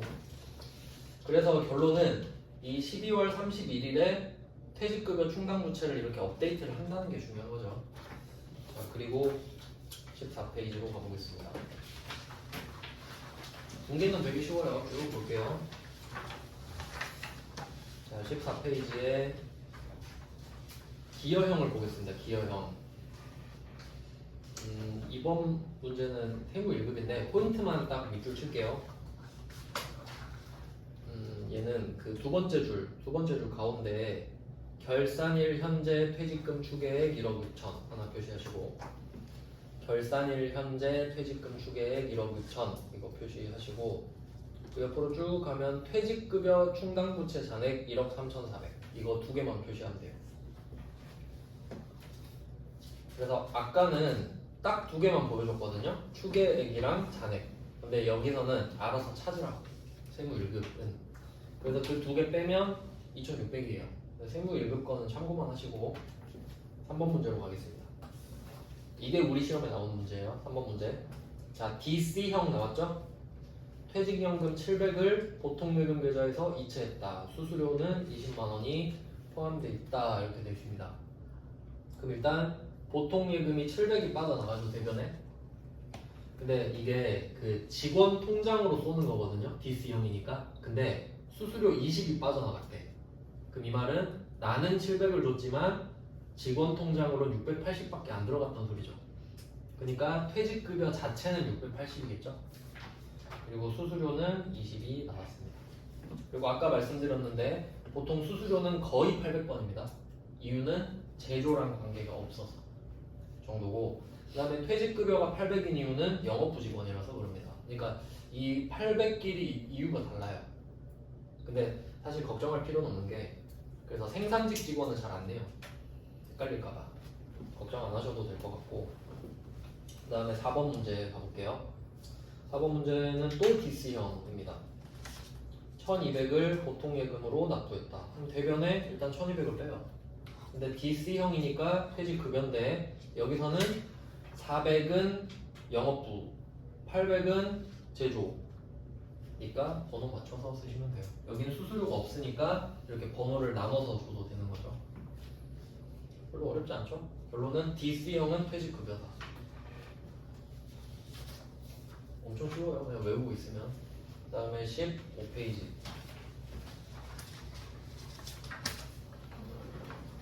자, 15페이지는 DB형입니다. 5번 문제 볼게요. DB형 퇴직연금 납입액 300을 보통예금 계좌에서 납입. 대변에 보통예금 300 빠지고 DB형이니까 퇴직연금 운용자가 끝입니다. 암기 문제죠. 암기 문제. 그 다음에 06번. 06번은 이거는 문제를 좀 잘못 넣었나 싶은데 세무 1급인데 그 앞에서 그 이자 월할로 쪼갰던 거 기억나세요? 맨 처음에 배웠던 거? 그것 때문에 넣어놨는데 이게 지금 대변에 그 이자 수익은 이해되시죠? 이자가 발생했잖아요 지금. 그러니까 DB형은 회사가 회사 통장을 만들어서 갖고 있기 때문에 거기서 이자 수익이 나올 수 있잖아요. 그 이자가 발생한 거거든요. 근데 이게 조금 안타까운 게 12월 31일은 미수 수익, 이자 수익 이렇게 나와야 돼요. 맞죠? 이자를 받는 날이 아니니까. 근데 답이 퇴직연금 운용자산으로 돼 있어서 좀 잘못돼 있거든요. 그러니까 얘는 어떻게 생각하시면 되냐면 지금 이 문제 말고 아마 이렇게 나올 것 같아요. 예를 들면 날짜는 그냥 오늘 날짜로 해볼게요. 8월 23일을 가지고 퇴직연금 운용자산에서 이자를 수취했다 이렇게 12월 31일 말고 그렇게 나오면 답이 이자 수익 하고 차변에 퇴직연금 운용자산 이렇게 돼야 됩니다. 그러니까 여기 써진 답대로 나올 거긴 한데 이 문제의 논리가 틀렸다는 거예요. 그러니까 답은 정해져 있어. 퇴직연금 운용자산에서 이자가 들어오면 당연히 이자 수익이 퇴직연금 운용자산일 거 아니에요. 그러니까 여러분 그 뭐 토스뱅크나 카카오뱅크에 이자 들어오면 그 통장으로 돈 들어오잖아요. 그러니까 이자 수익 보통예금 이렇게 될 거 아닙니까? 근데 얘는 통장 이름이 퇴직연금 운용자산이니까 이렇게 들어오는 게 맞는데 그러니까 제가 안타깝다고 하는 거는 이 6번 문제에서 이자를 오늘 수취했다고 하면 그게 맞는데 12월 31일은 인식만 하는 거잖아요. 그러니까 미수수익이 와야 돼 원래는. 그게 아쉽다는 거지. 그러니까 평일에 기중에 이자를 수취했습니다 하면 이 답이 맞아. 그런 거예요. 좀 아쉽다 이 말이죠. 자 이제 뒤로 갑시다. 16페이지 퇴직금 지급 여기까지 하면 끝이네요. 아 이제 이것 때문에 자 생각을 해보세요. 퇴직금을 지급하는 거는 월급 주는 거랑 똑같죠. 그러니까 개인한테 돈을 주고 있다라는 건 똑같잖아요. 근데 퇴직금은 앞에 그 배경 지식이 있어야 줄 수 있으니까 그래서 퇴직금을 마지막에 넣은 거예요. 자 그러면 한번 퇴직금 주고 이제 퇴사를 시킵시다.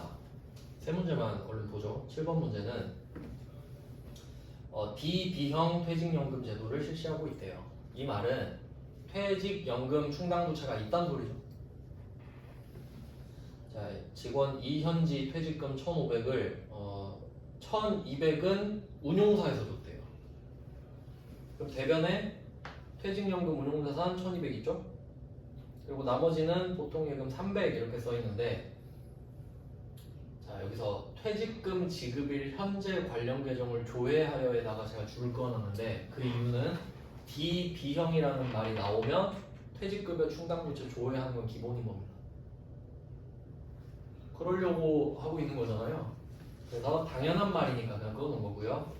그래서 퇴직급여 충당부채가 나와 있어야 돼요. 그리고 세 번째 줄에는 원천징수는 생략한다라고 돼 있죠. 원래는 해야 되죠. 돈 주니까 개인한테. 그래서 예수금 0 이렇게 써놓은 거예요. 문제에서 하지 말라고 했으니까 안 했다는 소리예요. 원래는 해야 되죠. 개인한테 돈 주는 거니까. 근데 여기는 특이한 게 대변에 보통예금만 주는 게 아니고 퇴직연금 운용자산이라는 준비금도 있었던 거죠. 거기서 줬다고 하니까 그것까지 나오는 겁니다. 그러니까 퇴직금은 차이가 보통예금 100%가 아니고 퇴직연금 운용자산도 나올 수 있다는 거지. 대변에. 그리고 차변으로 가보시면 퇴직급여 충당부채가 900밖에 없었던 거예요. 조회해보니까. 그러면 600이 부족하잖아요. 그럼 결국 이 600은 퇴직금 주는 거죠. 그래서 계정 과목이 퇴직급여. 그러니까 퇴직금은 훨씬 더 복잡해지죠. 그리고 그 참고로 밑에 써놓은 거는 그냥 설명드리면 그 퇴직급여 충당부채가 원래 부족한 건 말이 안 돼요. 왜냐면 기준이 뭐라 그랬어요? 전 직원 퇴사하면. 근데 한 명 퇴사했다고 부족한 말이 안 되죠. 근데 문제에서는 일부러 퇴직급여 물어보고 싶었던 거야. 왜냐면 이 퇴직급여 충당부채를 퇴직급여로 만들잖아요. 그러니까 뭐 그런 식이에요. 원리가 그러니까 왁구를 보여드리려고 쓴 겁니다. 그 다음에 8번 문제로 바로 내려가 볼게요. 자, 8번 문제 세 번째 줄을 보시면 자, 퇴직급여 충당부채로 설정된 잔액이 없대요. 좀 막장이죠. 그냥 문제를 위한 문제죠. 그리고 퇴직소득 원천징수는 생략하기로 한다. 이 둘은 이 문제에서 꼭 필요한 과정이에요. 이게 없으면 문제를 못 풀거든요. 그래서 퇴직급여 충당부채는 0이 됐죠. 예수금도 0이 됐죠. 가정 때문에. 그리고 차변은 어쩔 수 없이 전액이 퇴직급여가 돼버렸죠. 퇴충이 없으니까. 그리고 대변은 예수금이 없으니까 보통예금이랑 퇴직연금 운용 자산으로 알아서 해야죠. 그래서 퇴직금 왁구는 7번, 8번 보고 보시면 돼요. 아 이렇게 생겼구나. 퇴직금은 복잡하구나. 근데 둘 다 세무 1급이죠. 안 나올 거 아니에요. 그래서 회계 1급 걸 넣어놨거든요. 9번에. 얼마나 형편없는지 한번 보세요. 9번 문제. 자, D, B형을 퇴직연금에서 지급했다. 밑도 끝도 없죠, 문제가. 수준 차이 보이세요? 어떻게 풀지 한번 볼게요. 일단 퇴직급여 충당부채 감소로 회계 처리하래. 그 말은 차변에 전부 다 퇴직급여 충당부채로 하란 소리겠죠. 퇴충 감소로 하라고 했으니까. 그러니까 퇴직급여는 나올 틈이 없다는 소리잖아요. 그래서 얘는 퇴충이 500. 근데 대변에 예수금 얘기는 아예 꺼내지도 않았죠. 그럼 없으니까 할 수가 없고. 그리고 보세요. 뭘로 지급했는지 안 나왔죠. 근데 퇴직연금에서 지급했다라고 했으니까 그냥 어쩔 수 없이 퇴직연금 운용자산 이렇게 써야 됩니다. 그래서 이게 여러분이 회계 1급 거라고 해서 9번 문제만 보면 퇴직금 왁구가 안 보이거든요. 그러니까 제가 그 상황 설명해 드리려고 7번, 8번 문제를 넣은 거예요. 근데 그걸 회계 1급으로 내려면 수준을 이렇게 낮추는구나 이렇게 같이 보셔야 돼요. 뭐 그런 식입니다. 오늘은 너의 소득세까지 했고 이제 내일은 나의 법인세를 이어서 보도록 하겠습니다. 고생하셨습니다.